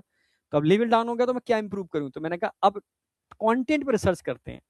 कंटेंट ऐसा बनाओ कि बच्चे के अंदर मेमोरी बन जाए। तब मैंने डायग्राम, फ्लो डायग्राम की मतलब खोज की थी, आज से 2009-10 की बात है, ठीक है, क्योंकि नॉर्थ ईस्ट के बच्चों को पढ़ाना था और थोड़ी लैंग्वेज प्रॉब्लम थी, हम दोनों के बीच में गैप था लैंग्वेज का, ठीक है। हाँ, दिक्कत थी, तो अब मैंने कहा थ्योरी कैसे पढ़ाई जाए। तो फिर मैंने डायग्राम, फ्लो डायग्राम बनाई, बहुत बढ़िया बढ़िया बनाना सीखा, मतलब बनाता ही था मैं, MSc में बनाता था। वो मैंने क्लास में पढ़ाने चालू किए तो बच्चों को मजा आ गया। तब से वो मैंने कंपलसरी कर दी है, ठीक है। लोग, बायोलॉजी को थ्योरी लिखाई जाती थी पहले, मुझे याद है, जितने भी स्टूडेंट पढ़ाया, बायोलॉजी का मतलब है लिखना, theory theory theory theory register भर देना। तब मैंने कहा थ्योरी की जरूरत ही नहीं है भाई, मैं 4 लाइनें खींचूंगा पूरी वो पैरा खत्म कर आ जाएगा आपका। तो वो ट्रिक वहां से आई थी, ठीक है, बच्चे ही सिखाते हैं। तो को फैक्टर ध्यान रखना है, जिंक एक्ट एज को फैक्टर फॉर कार्बोनिक एनहाइड्रेज, ठीक है, याद रखना है, और आयोनिक को फैक्टर है ये, ठीक है। अच्छा, अब हम बात करते हैं कहां मिलता है कार्बोनिक एनहाइड्रेज, ये क्वेश्चन पूछा गया है, कहां प्रेजेंट होता है? तो प्रेजेंट इन एनसीईआरटी ने 2 बातें दे रखी हैं। एक तो ये आरबीसी में तो होता ही है, ठीक है, साथ में प्लाज्मा में भी होता है, ठीक है, small amount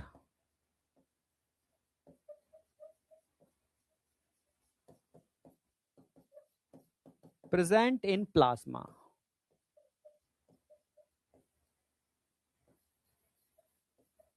also present in plasma, plasma में भी होता है, तो ये ध्यान रखना है आपको, है ना। अब आगे बढ़ते हैं, एक पार्ट हमारा खत्म हो गया। अच्छा, एक चीज और है इसके अंदर, अगर मैं तुमसे कहूं, बड़ा अच्छा क्वेश्चन है, इसको थोड़ा सा हटाना पड़ेगा, प्रेजेंट इन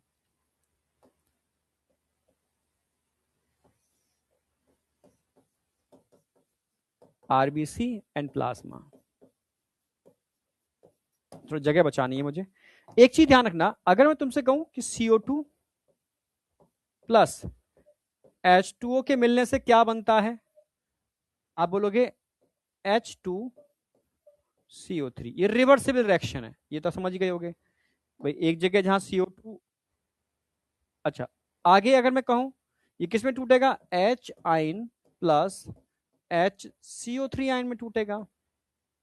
ये भी रिवर्सल रिएक्शन है, यानी रिएक्शन ऐसे भी चलती है, रिएक्शन ऐसे भी चलती है। अगर मैं तुमसे कहूं रिएक्शन ऐसे चल रही है, रिएक्शन ऐसे चल रही है, अरे रिएक्शन ऐसे चल रही है और इधर रिएक्शन ऐसे चल रही है, इसको हम ए रिप्रेजेंट करते हैं, इसको हम बी रिप्रेजेंट करते हैं। तो बताओ यहां पर एक ही जगह क्या होगा, रिएक्शन कहां चलती है इस तरीके से, ऐसे कहां चलती है, टिश्यू, ऐसे कहां चल रही है, लंग्स, ऐसे टिश्यू में चल रही है, ऐसे लंग्स में चल रही है। एंजाइम सब जगह एक ही है, carbonic anhydrase, carbonic anhydrase, carbonic anhydrase, carbonic anhydrase. ऐसे भी पूछ सकता है कि रिएक्शन जब ऐसे चल रही है ना, इस समय ऑक्सीजन का एसोसिएशन हो रहा है, डिसोसिएशन, ये आप जानते हो। जहां टिश्यू होगा वहां कर्व कहां शिफ्ट होगा, टिश्यू के पास कर्व लेफ्ट शिफ्ट होता है। तो लेफ्ट शिफ्ट के सारे फैक्टर लग जाएंगे, वो रिएक्शन ऐसे चलेगी। लंग्स के पास कर्व कहां शिफ्ट होता है, राइट शिफ्ट।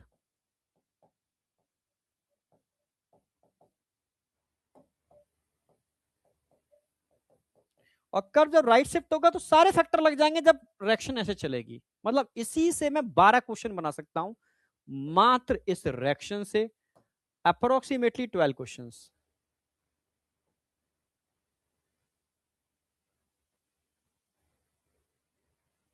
आई या नहीं आई, अब बताओ मुझे।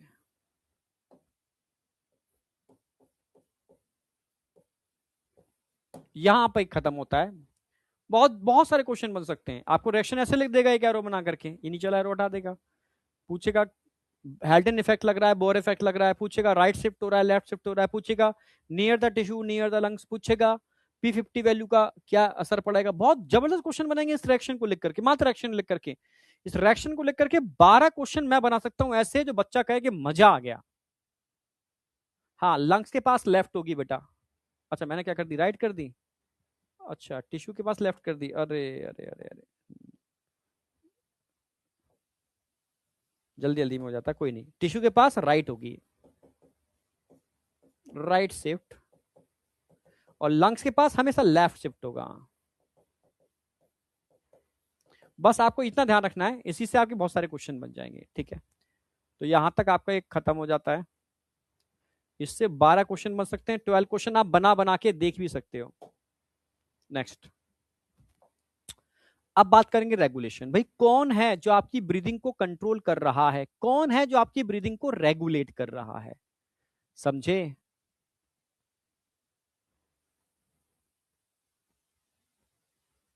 हाँ डोपा जैसे डिस्पैच होगी मैं बता दूंगा। जिन बच्चों को सेपरेट लेनी है वो आप तुरंत ले लेना, 3 दिन में आपको मिल जाएगी, पर एक बार डिस्पैच हो जाने दो, मतलब एक स्लॉट डिस्पैच हो जाने दो, क्योंकि इकट्ठा ही स्लॉट प्रिंट होकर के आ रहा है। तो अमेजोन उस पर तुरंत दिखना चालू हो जाएगा।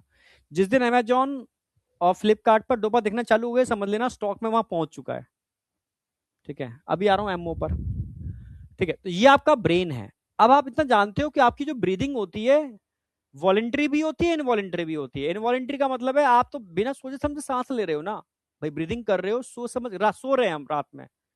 अब रात में जब तुम सो रहे होते हो तो उस समय ब्रीदिंग जो तुम्हारी हो रही होती है वो टोटली अनकॉन्शियस होती है। हाँ, जब आप दौड़ रहे हो, सांस ले रहे हो, अनुलोम विलोम कर रहे हो, ये कॉन्शियस ब्रीदिंग है। और दिन में भी आप मैक्सिमम अनकॉन्शियस ब्रीदिंग ही करते हो, 75% तो अनकॉन्शियस ही करते हो, ठीक है।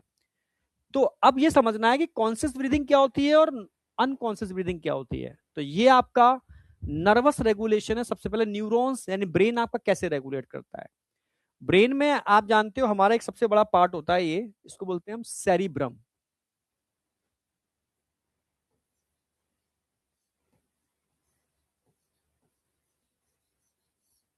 अगर मैं सेरिब्रम की बात करता हूं, हाँ सेरिब्रम की बात करता हूं, तो कैसी ब्रीदिंग को कंट्रोल करता है सेरिब्रम, वॉलेंट्री या इनवॉलेंट्री।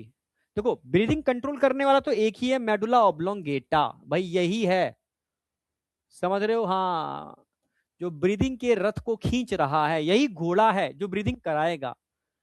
पर ये टोटली इनवॉलेंट्री एक्शन को कंट्रोल करता है खुद। अगर ये एक सी बात करूं, ये कैसे एक्शन को कंट्रोल करता है, इनवॉलेंट्री ब्रीदिंग को कंट्रोल करता है। Control only involuntary, involuntary action.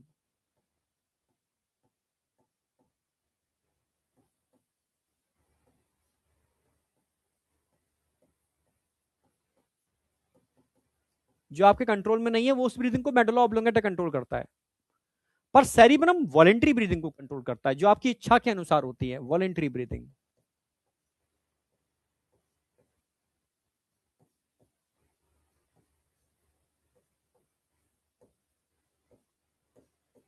Sir कैसे? घोड़ा तो यही है ना। तो ये सेरिब्रम ही है, जब वॉलेंट्री ब्रीदिंग करनी होती है ना, तो यही सेरिब्रम यहां से सिग्नल भेजेगा, यहां से सिग्नल भेजेगा किसके पास? एमओ के पास, कि भैया सांस ले।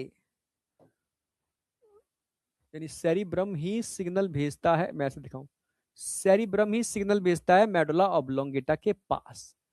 ठीक है, जब सेरिब्रम मेडुला ऑब्लोंगेटा के पास सिग्नल भेजता है, तब आपकी वॉलेंट्री ब्रीदिंग कंट्रोल होती है। करेगा तो यही, पर वॉलेंट्री ब्रीदिंग कंट्रोल कौन करेगा? सेरिब्रम। इनवॉलेंट्री ब्रीदिंग कौन कंट्रोल करेगा? डायरेक्ट मेडुला ऑब्लोंगेटा करेगा यही, पर सिग्नल यहां से आएगा तो वॉलेंट्री ब्रीदिंग, डायरेक्ट यहां से आएगा तो इनवॉलेंट्री ब्रीदिंग। ये आपको ध्यान रखना है पहला।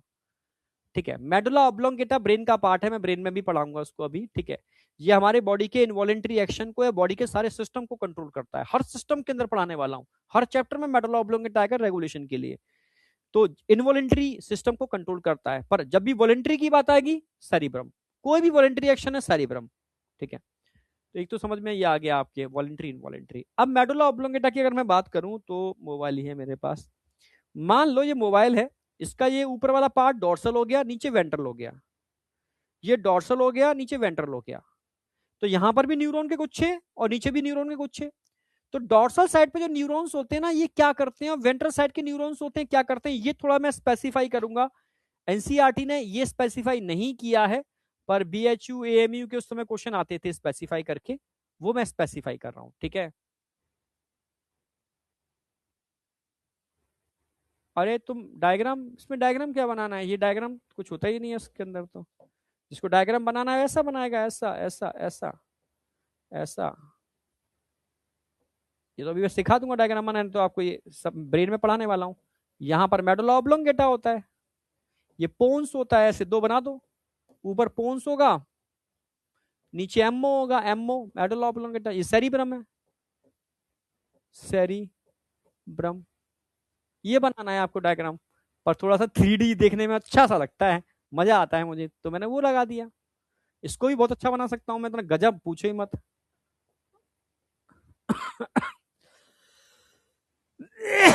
बट ड्राइंग एंड पेंटिंग नहीं करनी है हमें, समझ गए ना? हमें सिर्फ अभी मेन कंसेप्ट समझाना है। ठीक है, चलो आ जाओ।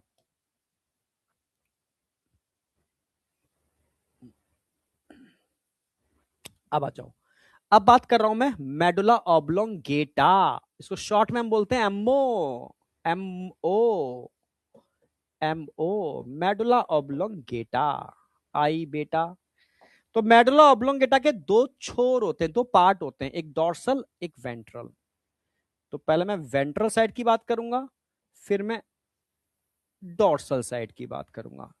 ठीक है, वेंट्रल रेस्पिरेटरी ग्रुप, वीआरजी कहते हैं इसको, वेंट्रल रेस्पिरेटरी ग्रुप। और एक होता है dorsal respiratory group, DRG. D R G, dorsal respiratory group. VRG और डीआरजी, वेंट्रल रेस्पिरेटरी ग्रुप और डॉर्सल रेस्पिरेटरी ग्रुप। तुम फुल फॉर्म भी लिख सकते हो, फुल फॉर्म कुछ नहीं है, रेस्पिरेटरी न्यूरॉन गुच्छे हैं। वेंट्रल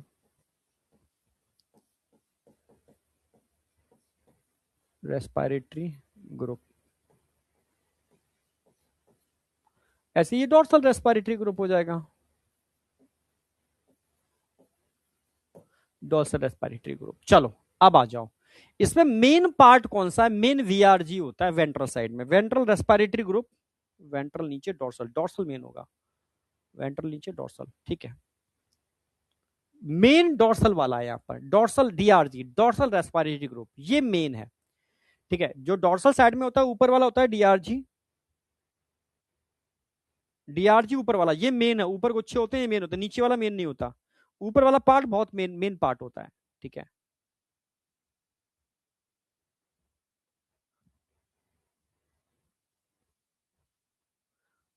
तरुण सर को बोलो आप जैसे आराम से पढ़ाते हैं, प्लीज वो फास्ट नहीं नहीं, तुम बोल दो बेटा, तरुण सर तुम्हारी बात तुरंत मानेंगे बेटा। ठीक है। फास्ट तो क्यों पढ़ा रहे हैं, फास्ट तो नहीं पढ़ाते हैं वो, लिख लिख के ही पढ़ाते हैं आराम आराम से। ठीक है, कोई हड़बड़ी तो है नहीं, मतलब आराम से पढ़ा देंगे, कोई दिक्कत नहीं है। तो मैं भी बोल दूंगा वैसे एक बार, लेकिन तुम बच्चों को बोलना ज्यादा बेटर होता है। देखो टीचर से बच्चों का कनेक्शन, मतलब जो होता है ना, बहुत प्यारा कनेक्शन होता है। ठीक है। हाँ, तो मेरी बात तुम मुझसे बोलो, ठीक है, तरुण सर की बात तरुण सर से बोलो, एसीपी सर की बात एसीपी सर से बोलो, वो बात तुम्हारी मानेंगे, पक्की बात है। हाँ, अगर एक बार वो बोलने से कोई नहीं आउटपुट आ रहा तो तुम बोल सकते हो। ठीक है, तो एक बार रिक्वेस्ट हम भी कर लेंगे। ठीक है, बात बाकी का तो ठीक है। ठीक है, तुम्हें स्लो करना है, फास्ट करना है, जैसा करना है तो बोलो, वैसे कर देंगे वो तो। ठीक है, कोई भी टीचर, चाहे फिजिक्स हो केमिस्ट्री हो, फिजिक्स में तुम्हें लगता है कि थोड़े से क्वेश्चन बढ़ाने हैं तो सर से कह दो, सर एक बेसिक बेसिक क्वेश्चन भी थोड़ा करा दो। केमिस्ट्री में लगता है तो मैं सर, सर केमिस्ट्री में कुछ ऐसा करा दो। ठीक है, सर तुम्हारी बात सुनेंगे, करा देंगे। ठीक है, तो मतलब देखो, हमें चाहिए बढ़िया सिलेक्शन, मतलब रैंक वाला। ठीक है, तो मतलब बर्डन मत लो। अगर आप कंसिस्टेंसी मेंटेन कर रहे हो ना, कंसिस्टेंसी का मतलब है आप रेगुलर चीजें ले रहे हो, वो भी तुम्हें सिखाता हूं, तुम कंसिस्टेंसी मेंटेन कर रहे हो तो कभी हड़बड़ाहट नहीं करनी है तुम्हें। ठीक है, नहीं एक दिन तुमने 12 घंटे पढ़ लिया, एक दिन मौज मार ली, ठीक है, वो नहीं करना। ठीक है, कंसिस्टेंसी मेंटेन करो, तो बहुत ज्यादा नहीं, थोड़ा सा आप सेल्फ स्टडी करो, पर उसको रेगुलर करो। मैं सच कह रहा हूं, तुम जनवरी तक पूरा कोर्स खत्म कर लोगे और तुम्हारा कॉन्फिडेंस अल्टीमेट लेवल का होगा कि जब हौच पौच करते हो ना तो उसमें चीजें गड़बड़ होती हैं, वो नहीं करनी है आपको। ठीक है, कंसिस्टेंसी मेंटेन लेके चलो। ठीक है, मस्ती में पढ़ोगे, देखना मस्ती में, कंसिस्टेंसी में चीजें मतलब होती हैं यार, अच्छे से होती है। ठीक है, तो वीआरजी डीआरजी, ठीक है, तो मेन जो होता है डोर्सल रेस्पिरेटरी ग्रुप होता है। वैसे मैं डीआरजी इधर लिखता हूं, पर मैंने आज इधर लिख दिया, कोई नहीं, इधर लिख देते हैं डोर्सल।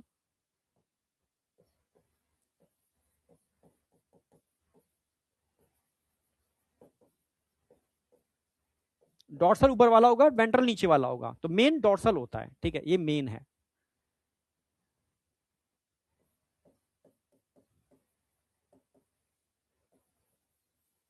यही मेन है। ठीक है, इसको तो थोड़ा सा समझाऊंगा।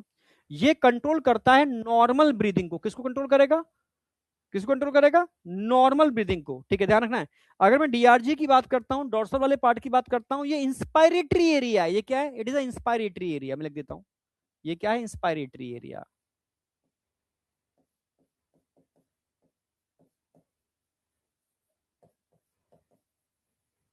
इंस्पायरेटरी एरिया मतलब ये उन मसल्स के कॉन्ट्रेक्शन को कंट्रोल करता है जिन मसल्स में कॉन्ट्रेक्शन होने से एक ही चीज होती है, इंस्पायरेशन। तो जरा बताओ, ये किन मसल्स के कॉन्ट्रेक्शन को कंट्रोल करेगा, जिनमें कॉन्ट्रेक्शन होने से सिर्फ और सिर्फ इंस्पायरेशन होता है, कॉन्ट्रेक्शन होने से सिर्फ इंस्पायरेशन होता है, क्योंकि इंस्पायरेटरी एरिया है। तो जरा बताओ, किन मसल्स में कॉन्ट्रेक्शन को कंट्रोल करेगा, कंट्रोल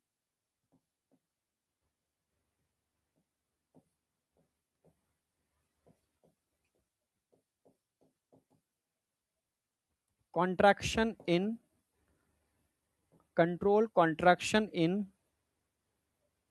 बताओ किन मसल्स में कॉन्ट्रैक्शन होने से सिर्फ और सिर्फ इंस्पायरेशन होता है। हाँ, yes, external intercostal muscles plus diaphragm muscles.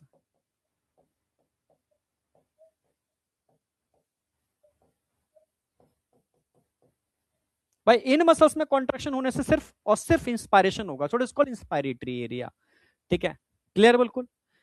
और आप जानते हो इंस्पायरेशन कंट्रोल करना होता है, एक्सपायरेशन तो पैसिव प्रोसेस अपने आप हो जाएगी। इंस्पायरेशन एक्सपायरेशन, यानी कंट्रोल किसको करेगा, नॉर्मल ब्रीदिंग को, control normal breathing.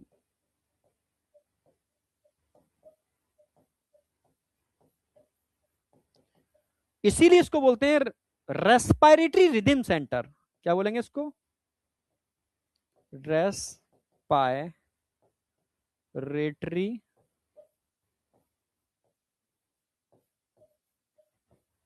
Rhythm centre, क्योंकि उन मसल्स में कॉन्ट्रैक्शन को कंट्रोल कर रहा है जिनमें कॉन्ट्रैक्शन होने से सिर्फ और सिर्फ इंस्पायरेशन होता है। एक्सपायरेशन कैसी प्रोसेस है, पैसिव प्रोसेस है। ठीक है, तो रेस्पिरेटरी रिदम सेंटर एनसीईआरटी में दे रखा है, इन मसल्स को कंट्रोल कर रहा है, ये समझ में आ ही गया होगा आपको। जबकि इसकी बात करता हूं वीआरजी की, ये एक्सपायरेटरी एरिया है। क्या है ये? Expiratory area.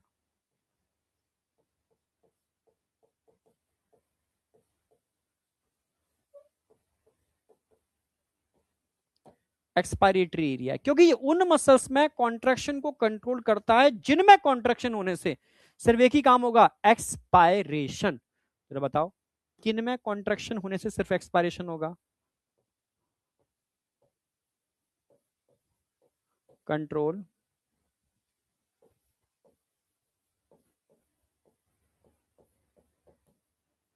कॉन्ट्रैक्शन ऑफ, आप जानते हो इंटरनल इंटरकोस्टल मसल्स में कॉन्ट्रैक्शन होगा तो एक्सपायरेशन होगा, और abdominal muscles,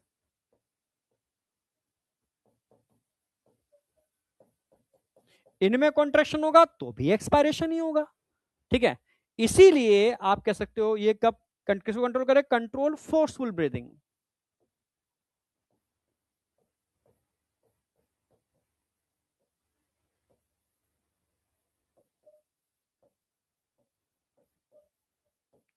control forceful breathing, forceful breathing को कंट्रोल करता है।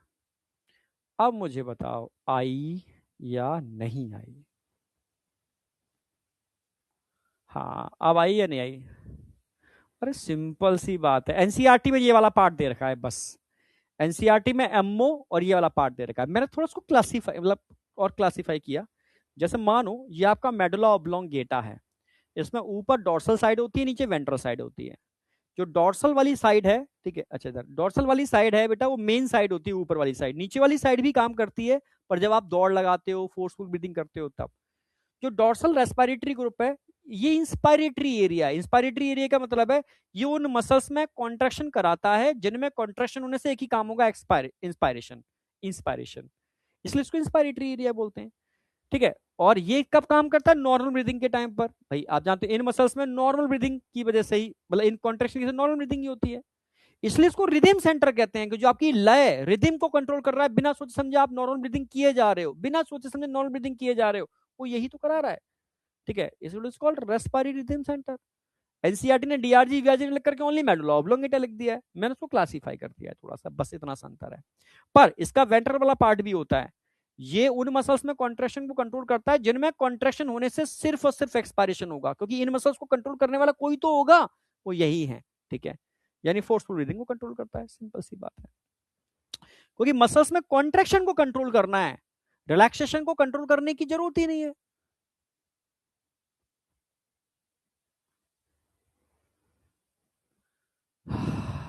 शिना बेटा क्या कहना चाह रही है बता।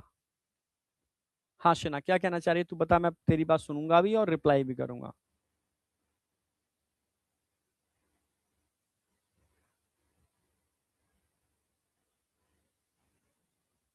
देखो, फोर्सफुल एक्सपायरेशन आप करते हो, इंस्पायरेशन तो अपने आप हो जाएगा, समझना मेरी बात। फोर्सफुल एक्सपायरेशन करना होता है क्योंकि कॉन्ट्रैक्शन को कंट्रोल किया जाता है, समझ रहे हो ना? हाँ, रिलैक्सेशन कंट्रोल नहीं करता। अगर आप फोर्सफुल इंस्पायरेशन कर, मतलब फोर्सफुल मसल्स को इनको इनको कॉन्ट्रैक्ट, फोर्सफुली कॉन्ट्रैक्ट करा रहे हो, तो एक्सपायरेशन होगा, अपने आप इंस्पायरेशन फोर्सफुल हो जाएगा। फिर आप क्या करा रहे हो? कॉन्ट्रैक्शन, फिर अपने आप इंस्पायरेशन। जब भी आप दौड़ लगाते हो, फोर्सफुल इंस्पायरेशन एक्सपायरेशन, तो आपको क्या करना होता है? इन मसल्स को कंट्रोल करना होता है, ऑटोमेटिकली आपकी फोर्सफुल ब्रीदिंग चालू हो जाती है। नॉर्मल कंडीशन पे इन मसल्स को कंट्रोल करना होता है, आपकी नॉर्मल ब्रीदिंग चालू हो जाती है। ठीक है, अब मुझे बताओ। हाँ, शिना कुछ कह रही थी। हाँ बेटा।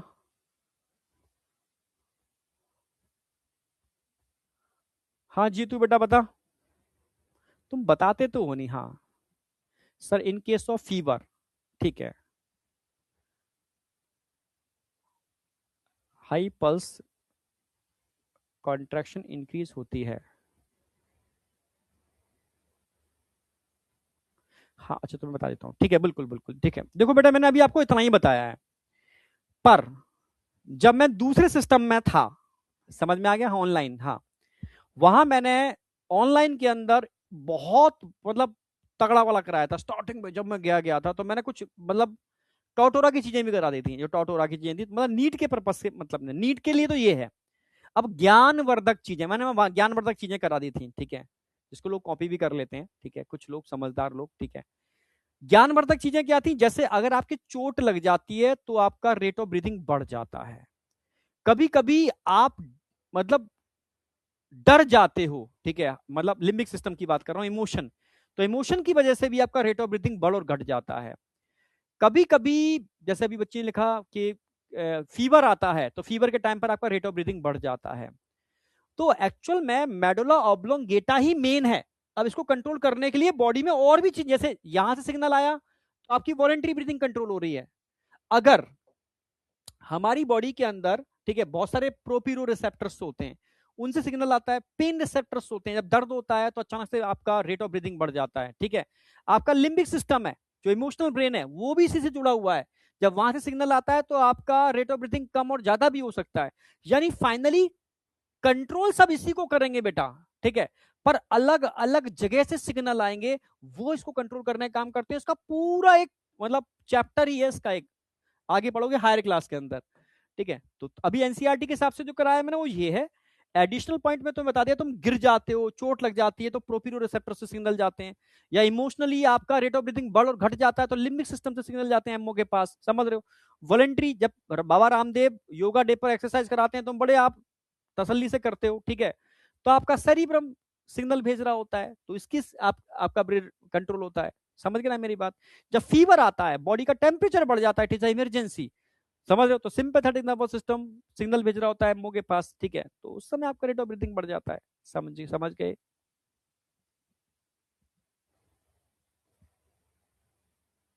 हाँ बेटा, कई चीजें रेट ऑफ ब्रीथिंग को कंट्रोल करने के लिए बहुत सारी चीजें होती हैं, पर अभी आपको क्या क्या याद रखना है। एक तो मैंने डीआरजी वीआरजी बता दिया, एक पोन्स और बताऊंगा क्योंकि एनसीईआरटी ने पोन्स के बारे में दे रखा है। तो अगला मैं बताने वाला हूं पोन्स। पोन्स, ये पोन्स सेंटर है ना, ये वाला, ये भी मैं समझाने वाला हूं अगली स्लाइड पर। अब पोन्स की बात कर लेते हैं, जगह है क्या, नहीं है। पोन्स मैं यहां लिख देता हूं,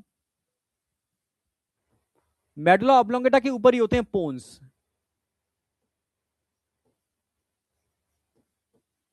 जो पोन सेंटर होता है ना, इसको हम बोलते हैं स्विच ऑफ सेंटर या न्यूमोटैक्सिक सेंटर। नाम क्या है इसको,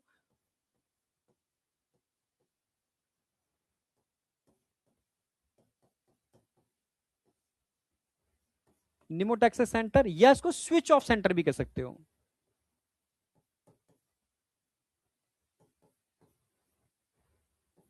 स्विच ऑफ सेंटर, क्योंकि जब सिग्नल इससे जाएगा ना, जब सिग्नल पोन से जाएगा एमओ के पास, यानी पोन से एमओ के पास सिग्नल भेज रहा है, उस समय कुछ अलग चीज होगी। क्या होगी, पोन सिग्नल भेजता है तो एमओ इंस्पायरेशन को रोक देता है, ठीक है। जो निमोटैक्सिक सेंटर जो होते हैं ना, स्विच ऑफ सेंटर कहते हैं, ये स्टॉप करते हैं, स्टॉप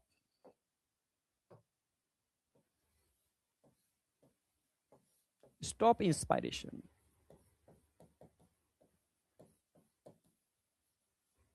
ठीक है। स्टॉप डीप इंस्पायरेशन कर देता हूं मैं,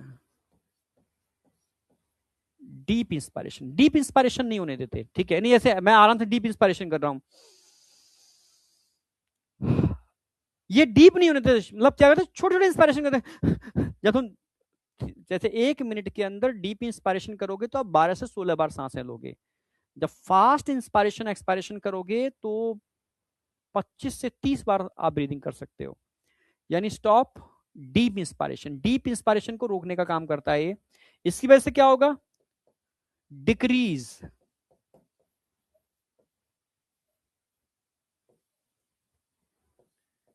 duration of inspiration.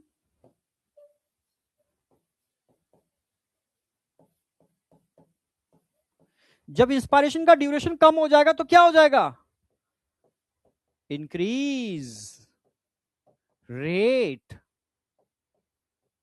Of breathing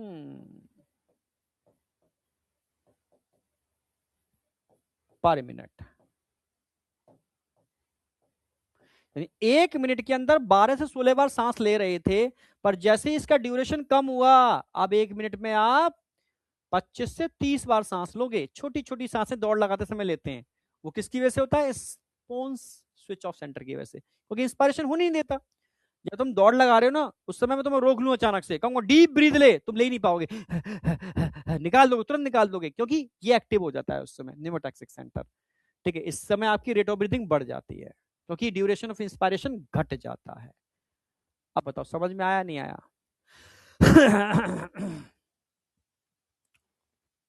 हाँ, अब बताओ। सर मेरे 30388 आए हैं, मुझे एम्स में जाना है, एसटी कैटेगरी। नहीं तो तू 500 मार्क्स लेकर के आ, 500 के आसपास लेके आ, हो जाएगा काम। 500 के आसपास मार्क्स ले एम्स पहुंच जाएगा।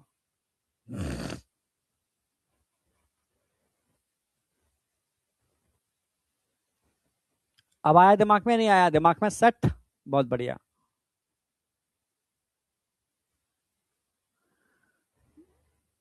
यहां तक कोई डाउट है?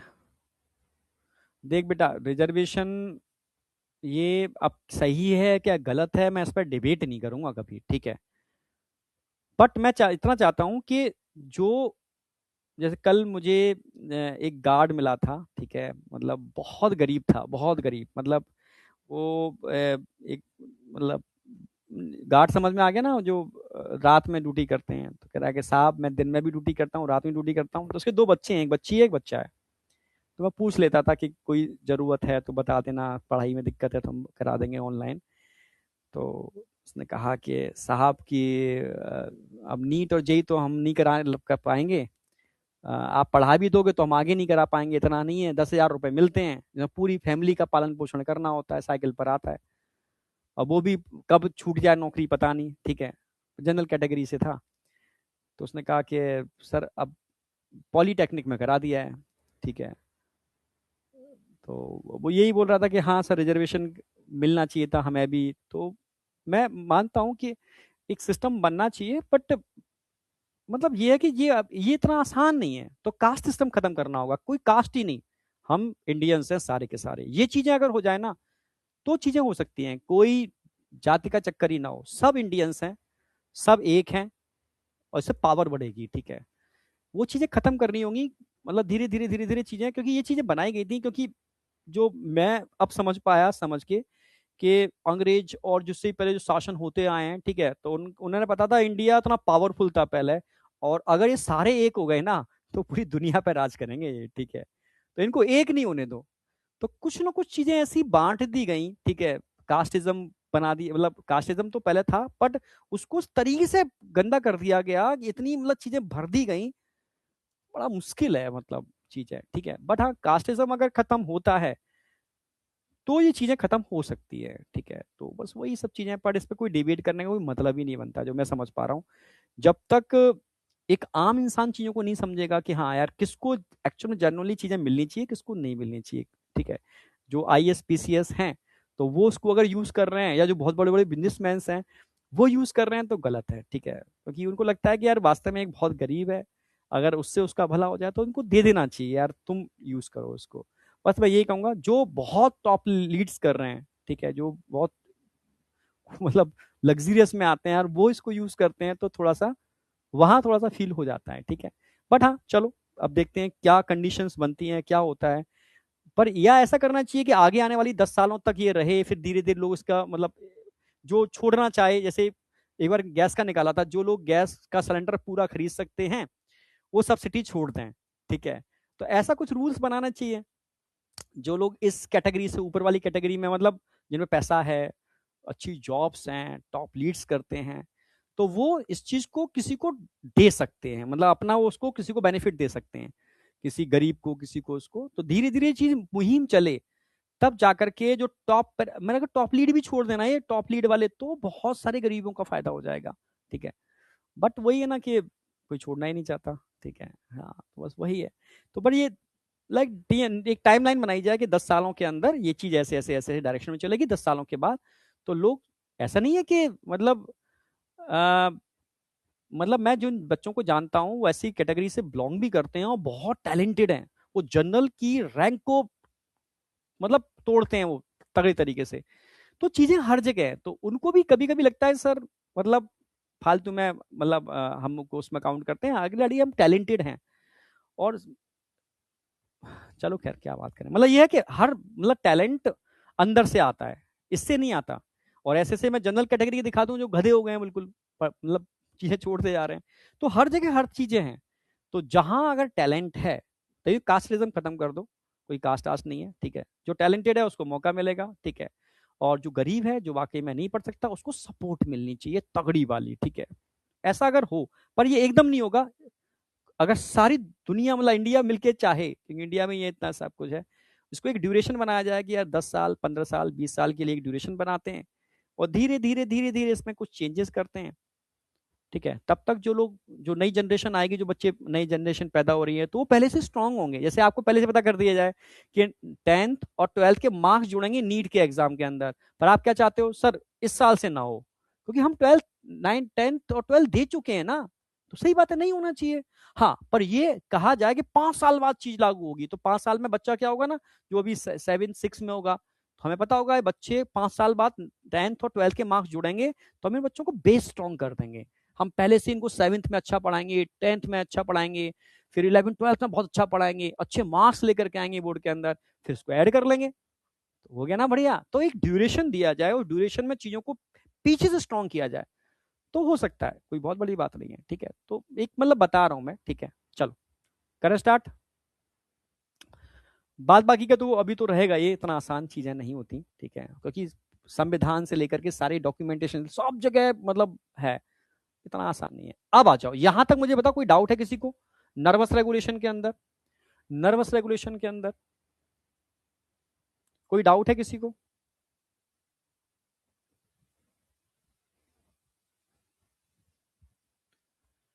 हाँ, चाइना हमेशा नीचे था, अब देखो इंडिया, इंडिया नहीं जानते, इंडिया दुनिया के अंदर टॉप लीड करता था, ठीक है।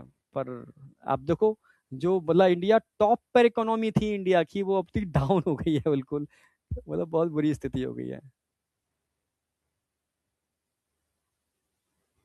ठीक है। चलो स्टार्ट करें। यहां तक समझ में आ गया ना? यहाँ मुझे ये बताओ, ये चीज समझ में आई नहीं है, क्योंकि क्वेश्चन आता है इससे, मैंने 2 3 बार क्वेश्चन देखा है नीमोटैक्सिक सेंटर से, ठीक है, वो जरूरी है। अब आ जाओ केमिकल, टाइम कितना है? एक केमिकल रेगुलेशन और है, मैं ये करा देता हूं, उसके बाद फिर जरा से डिसऑर्डर बचेंगे, मतलब 5 मिनट के डिसऑर्डर है। डिसऑर्डर और पीवाईक्यू में नेक्स्ट क्लास की क्लास तो पूरी पड़ी है मेरे पास, पर उसमें टाइटल नई नए चैप्टर का होगा, क्योंकि पार्ट बहुत कम है इस चैप्टर का। तो टोटल मिलाकर के 20 मिनट का पार्ट होगा ब्रीदिंग का, पर वो टाइटल डाला होगा बॉडी फ्लूइड एंड सर्कुलेशन, तो कंफ्यूज मत होना, ठीक है। तो मैं इसको करा देता हूं केमिकल रेगुलेशन, बस केमिकल रेगुलेशन छोटा सा है। केमिकल रेगुलेशन किस पर बेस्ड होता है, तो ये पता होना चाहिए। Chemical regulation based on chemo receptor, किस पर बेस्ड होता है? Chemo receptor. कीमो रिसेप्टर समझते हो क्या? जैसे मान लो, जैसे मैं बताऊं कि हमारे घर पर, जहाँ हमारा होम टाउन है, वहां तो घर था अपना, ये तो यहाँ फ्लैट में रहते हैं, तो वहां पर टंकी लगी थी। तो टंकी में हम क्या करते हैं, आजकल आप सबके घरों में होता है, टंकी के अंदर अब कौन देखने जाए इतनी ऊंचाई पर, तो एक छोटी सी मशीन लगा देते हैं, टंकी जैसी भरती है, तो नीचे बेल बजना चालू हो जाती है, पानी की टंकी भर चुकी है, कृपया स्विच ऑफ कर दें पानी की टंकी, ऐसे नहीं, ऐसे ही गैस के सेंसर होते हैं, ठीक है। जैसे कहीं गैस फायर कहीं लग जाए तो सेंसर बच पड़ेंगे, ठीक है, अलार्म बच पड़ते हैं। तो ये क्या है, सेंसर।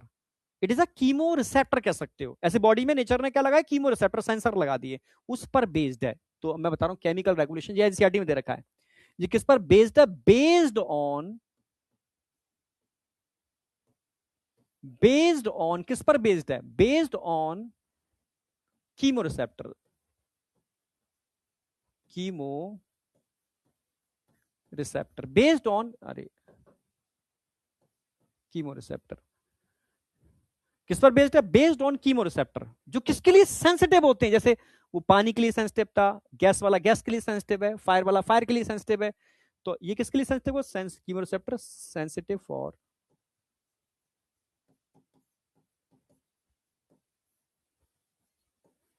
ध्यान रखना है आपको, ओनली एच आइन के लिए सेंसिटिव होते हैं एंड CO2 के लिए, ऑक्सीजन के लिए सेंसिटिव नहीं होते। अगर बॉडी में एच आइन और CO2 का लेवल बढ़ेगा तो ये कीमो रिसेप्टर एक्टिव हो जाएंगे। तो इनकी लोकेशन 2 जगह है, मैं बता देता हूं। कीमो रिसेप्टर की लोकेशन 2 जगह है। 2 टाइप के कीमो रिसेप्टर होते हैं, सेंटर कीमो रिसेप्टर और पेरिफेरल कीमो रिसेप्टर्स।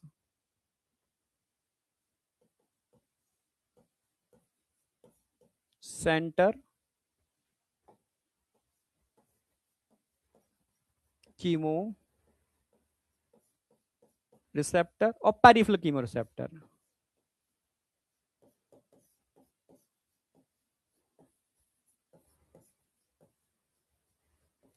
अच्छा, सेंट्रल कीमोरेसेप्टर, तो सेंट्रल का मतलब है ब्रेन के अंदर होंगे। कहां प्रेजेंट होंगे? Present in brain, near MO, near MO, medulla oblongata के पास ही होते हैं। जबकि पेरिफेरल कीमोरेसेप्टर प्रेजेंट ऑन, ये दो ब्लड वेसल्स होती हैं, उनके ऊपर होते हैं। एक तो होती है कैरोटिड आर्टरी,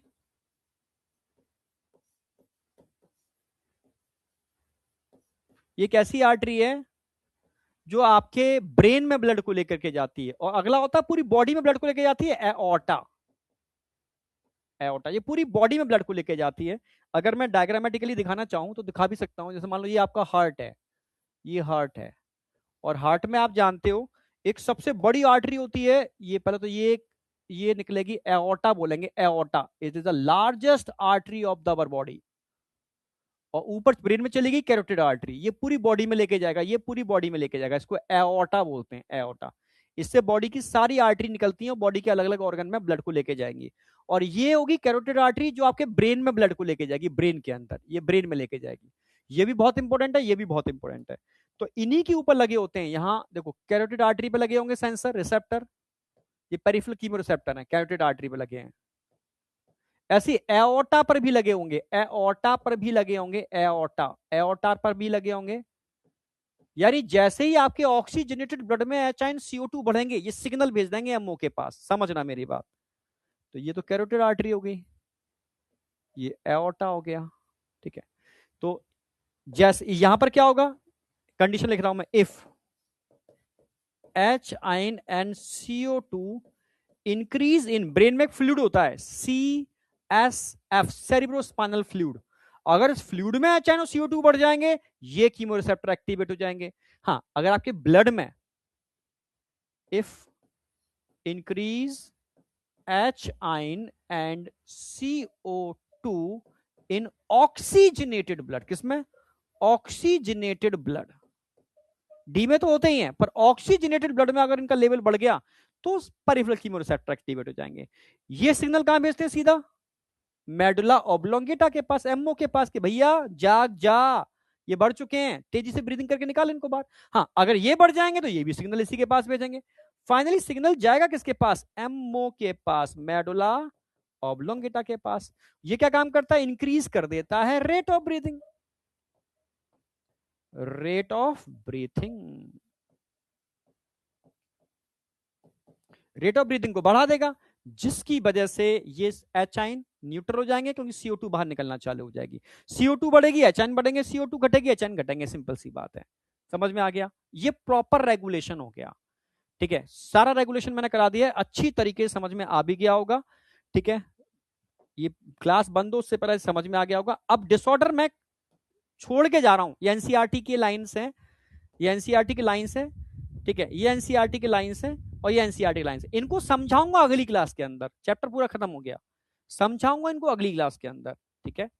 और क्वेश्चंस भी मैं इसमें छोड़ दे रहा हूं, काफी क्वेश्चंस हैं, तो इन क्वेश्चंस को मैं अगली क्लास में ही एक बार, ये क्वेश्चन होमवर्क के लिए है, होमवर्क ध्यान रखना, होमवर्क में दे रहा हूं मैं, होमवर्क बहुत सारे क्वेश्चंस मैंने बनाए, बढ़िया मजा आएगा आपको होमवर्क में, और नीट एडवांस करनी है होमवर्क में आपको।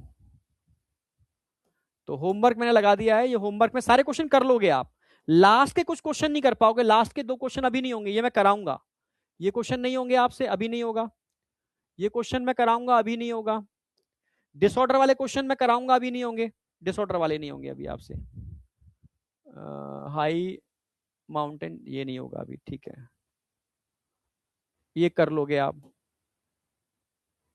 कर लोगे आप। तो डिसऑर्डर वाले क्वेश्चंस हैं उनको छोड़ देना, और ये 2 क्वेश्चन छोड़ देना, और सारे क्वेश्चन आप कर लोगे। एटीट्यूड सिकनेस अगले में कराऊंगा मैं, अच्छा छोड़ देता हूं उसको भी, मैं अगले में करा दूंगा उसको मैं, ठीक है। तो अगले में डिसऑर्डर ही कराने हैं मुझे, और होमवर्क आप डिसऑर्डर वाला छोड़ देना, बाद बाकी का होमवर्क आप सारा कर लोगे, ठीक है। तो मिलते हैं अगली क्लास के अंदर नेक्स्ट वीक, ठीक है, एक नए चैप्टर के साथ। पर इस चैप्टर के पहले मैं PYQ 10 साल के कराऊंगा, जिससे तुम्हारा कॉन्फिडेंस यहां से यहां पहुंचेगा, गारंटी में दे रहा हूं। तुम खुद कहोगे यार इस लेवल की पढ़ाई कर ली है सर, कि हर चैप्टर के अंदर जब मैं कराऊंगा ना, कि सर 10 सालों के अंदर चैप्टर का मैं उड़ा पा रहा हूँ हर चीज, किसी भी लेवल की आए, तो अब तुम किसी भी लेवल का पेपर है, किसी भी लेवल का पेपर है, सीबीटी हो ना हो कुछ भी हो, ठीक है, कोई मोड का डाला तुम फोड़ के आओगे बस। ठीक है, चलो मिलते हैं नेक्स्ट क्लास के अंदर। बाय बाय बेटा, bye bye bye bye. CSF का मतलब होता है सेरिब्रो स्पाइनल फ्लूइड, आपके सेरिब्रम में, अभी ब्रेन में कराऊंगा वैसे, मैं लिख देता हूं मैं। सीएसएफ का मतलब होता है सेरिब्रो स्पाइनल, मतलब सेरिब्रम के अंदर और स्पाइनल के अंदर मिलने वाला फ्लूइड, सेरिब्रो स्पाइनल फ्लूइड, आपके ब्रेन और स्पाइनल कॉर्ड में भरा हुआ fluid, cerebro spinal fluid. Okay, चलो मिलते हैं। थैंक यू, क्वेश्चन कर लेना एक बार, मजा आएगा करने में, ठीक है। और पीवाईक्यू सारे के सारे मैं कराने वाला हूँ नेक्स्ट क्लास के अंदर, 10 साल के पीवाईक्यू और डिसऑर्डर कराऊंगा मैं, ठीक है। और नया चैप्टर चालू करूंगा, body fluid and circulation, highly conceptual है। और उसके अंदर पहले मैं हार्ट कराऊंगा, ठीक है, हाँ पहले हार्ट कराऊंगा और फिर मैं दूसरी चीजें कराऊंगा, ठीक है। यह देखता हूं मैं रिदम कैसे बनती है, मैं थोड़ा उसमें प्लानिंग करूंगा कि कैसे मैं क्या कराऊं, मजा आ जाए तुम्हें और कंसेप्ट तुम्हारे बेस्ट हो जाए, ठीक है। पूरी स्ट्रेटजी के संग आऊंगा, ठीक है। Bye bye bye bye.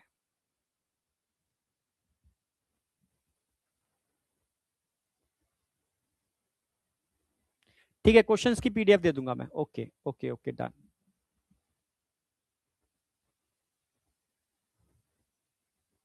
तुम नीट एडवांस कर लो, डोपा कर लो, जो क्वेश्चन टीचर करा रहे हैं ये कर लो और सारे टेस्ट दे लो, मैं गारंटी ले रहा हूं जबरदस्त रिजल्ट आएगा। डोपा बेटा सिर्फ इन्फिनिटी और इन्फिनिटी प्लस के साथ मिल रहा है, ठीक है, घर तक, क्योंकि वो पूरा किताबें हैं, ठीक है, बाई पोस्ट घर तक पहुंचेंगी, तो इन्फिनिटी और इन्फिनिटी प्लस। अच्छा मैं एक चीज तुम्हें बता दूं सारे बच्चों को, अगर कोई बच्चा अभी 15 अगस्त आ रहा है तो अभी आने वाला है, कोई बच्चा जो मतलब लेना चाहता है, बैच का प्राइस तो यही रहेगा, इससे कम तो बिल्कुल, मतलब ये तो वो प्राइस है, मतलब प्राइस ही नहीं है, तो फ्री बैच है एक तरीके से, 2,999 जैसे अभी जो उस जो अभी 15 अगस्त आने वाला है ना, तो बैच तो 2,999 का कर देंगे 15 अगस्त को। और इन्फिनिटी में एक बहुत फायदा होने वाला है, अगर कोई बच्चा इन्फिनिटी लेना चाहता है ना, तो जो मेरी अभी मतलब मीटिंग हुई थी आज सुबह, तो मेरे मुंह से मतलब कि बता ही दूंगा आपको कि 15 अगस्त की जो मतलब एक ऑफर आएगा, तो उसमें इन्फिनिटी मात्र 4,500 रुपए का हो जाएगा, ठीक है, हाँ, जिसके अंदर डोपा, जिसमें चारों किताबें, जिसमें पूरा बैच, पास्ट के बैच, फ्यूचर के बैच, सब कुछ है, ठीक है। तो कोई अगर चाहे तो आप उसको बोल सकते हो, मतलब सबसे बेस्ट है इन्फिनिटी ले ले, फ्यूचर पास्ट करंट सारी किताबें सब कुछ घर एकदम अल्टीमेट, ठीक है। ये मतलब मैं अभी डिस्कशन हुआ था कि 15 अगस्त की सेल में, क्योंकि डायरेक्टर भी बैठे थे वो जो वेदांतु के हैं, तो सब लोगों ने रहा कि भाई 15 अगस्त अभी हर कोई इतनी बड़ी बड़ी मतलब देता है, सेल करता है, छूट देता है, सर कुछ तो ऐसा करो कि मतलब, तो उन्होंने कहा मतलब हम मतलब सारे प्रोडक्ट पे करेंगे, बैच तो ऑलरेडी हम बिल्कुल मतलब 4,000 का बैच आपकी कहने से 2,999 का हमने मतलब कर देंगे इसको, इस पर से नीचे तो हम मतलब जा ही नहीं सकते, क्योंकि ये तो खर्चा है लाइफ का, मैंने ठीक है, पर इन्फिनिटी के अंदर वो 4,500 कर देंगे, मतलब पॉसिबल नहीं है। इन्फिनिटी समझेंगे ना, पास्ट सब batch, future batch, current batch, चारों किताबें ये और 2 किताबें डोपा, समझ रहे हो, सब कुछ है एक तरीके से, तो अल्टीमेट मौका है, कोई बच्चा अगर लेना चाहे तो उसको बोल देना, ठीक है। इन्फिनिटी अल्टीमेट है, पर 15 अगस्त के आसपास ये शायद आएगा, 15 अगस्त के आसपास का मतलब है आपके 15 अगस्त ही आने वाला है, ठीक है, हाँ, तो ठीक है, डन।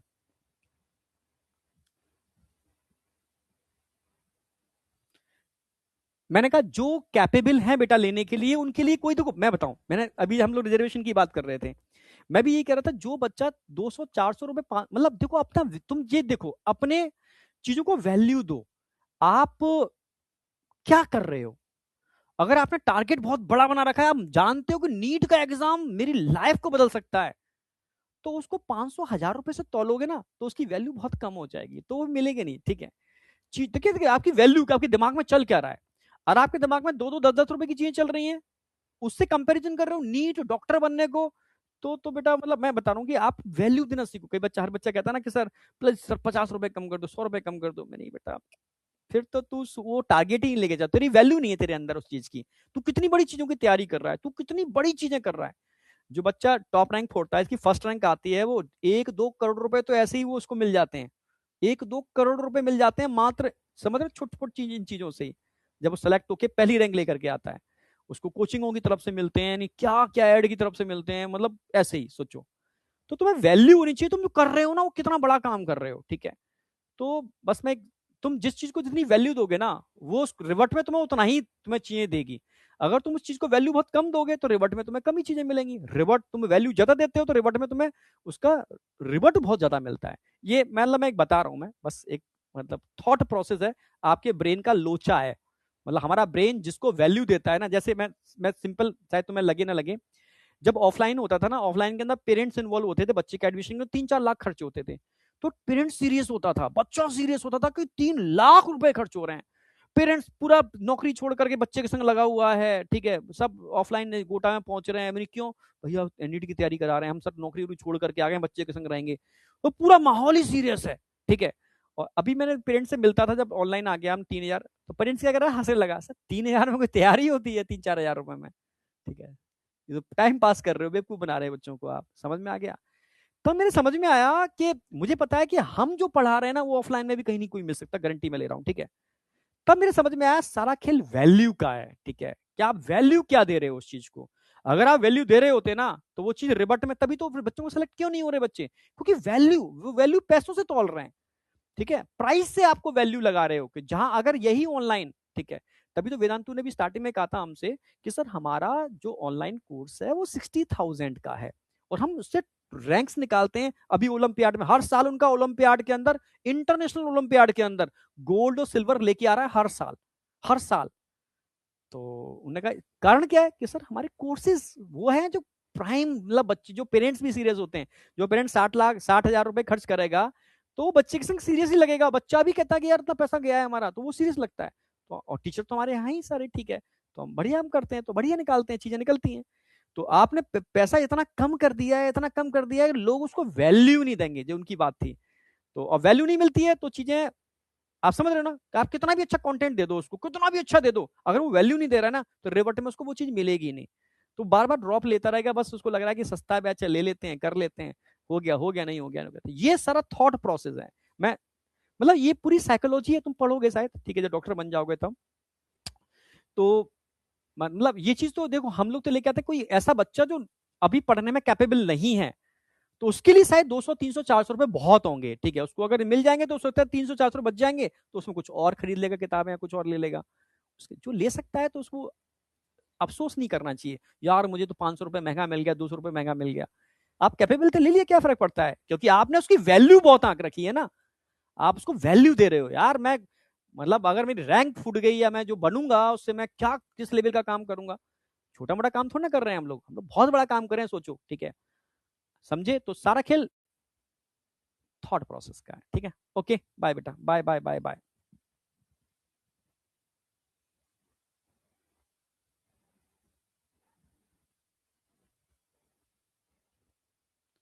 बेटा अपग्रेड इसमें तो नहीं होगा, नॉर्मल वाले में अपग्रेड हो जाएगा, ये सिर्फ ये एक समझो कि 15 अगस्त के लिए निकाला गया है इन्होंने, है ना। मुझे जो लग रहा है इसमें अपग्रेड ऑप्शन नहीं करेंगे ये लोग, जो नॉर्मल 5.5 वाला ऑप्शन था उसमें तो कर देंगे। मैं एक बार बात करता हूँ क्या है क्या नहीं, है ना। जिसके पास नीट एडवांस की बुक है, उसने इन्फिनिटी प्लस ले लिया है, तो वो डोनेट भी कर सकता है अपने छोटे भाई को, अपने रिलेटिव को, अच्छी बात है।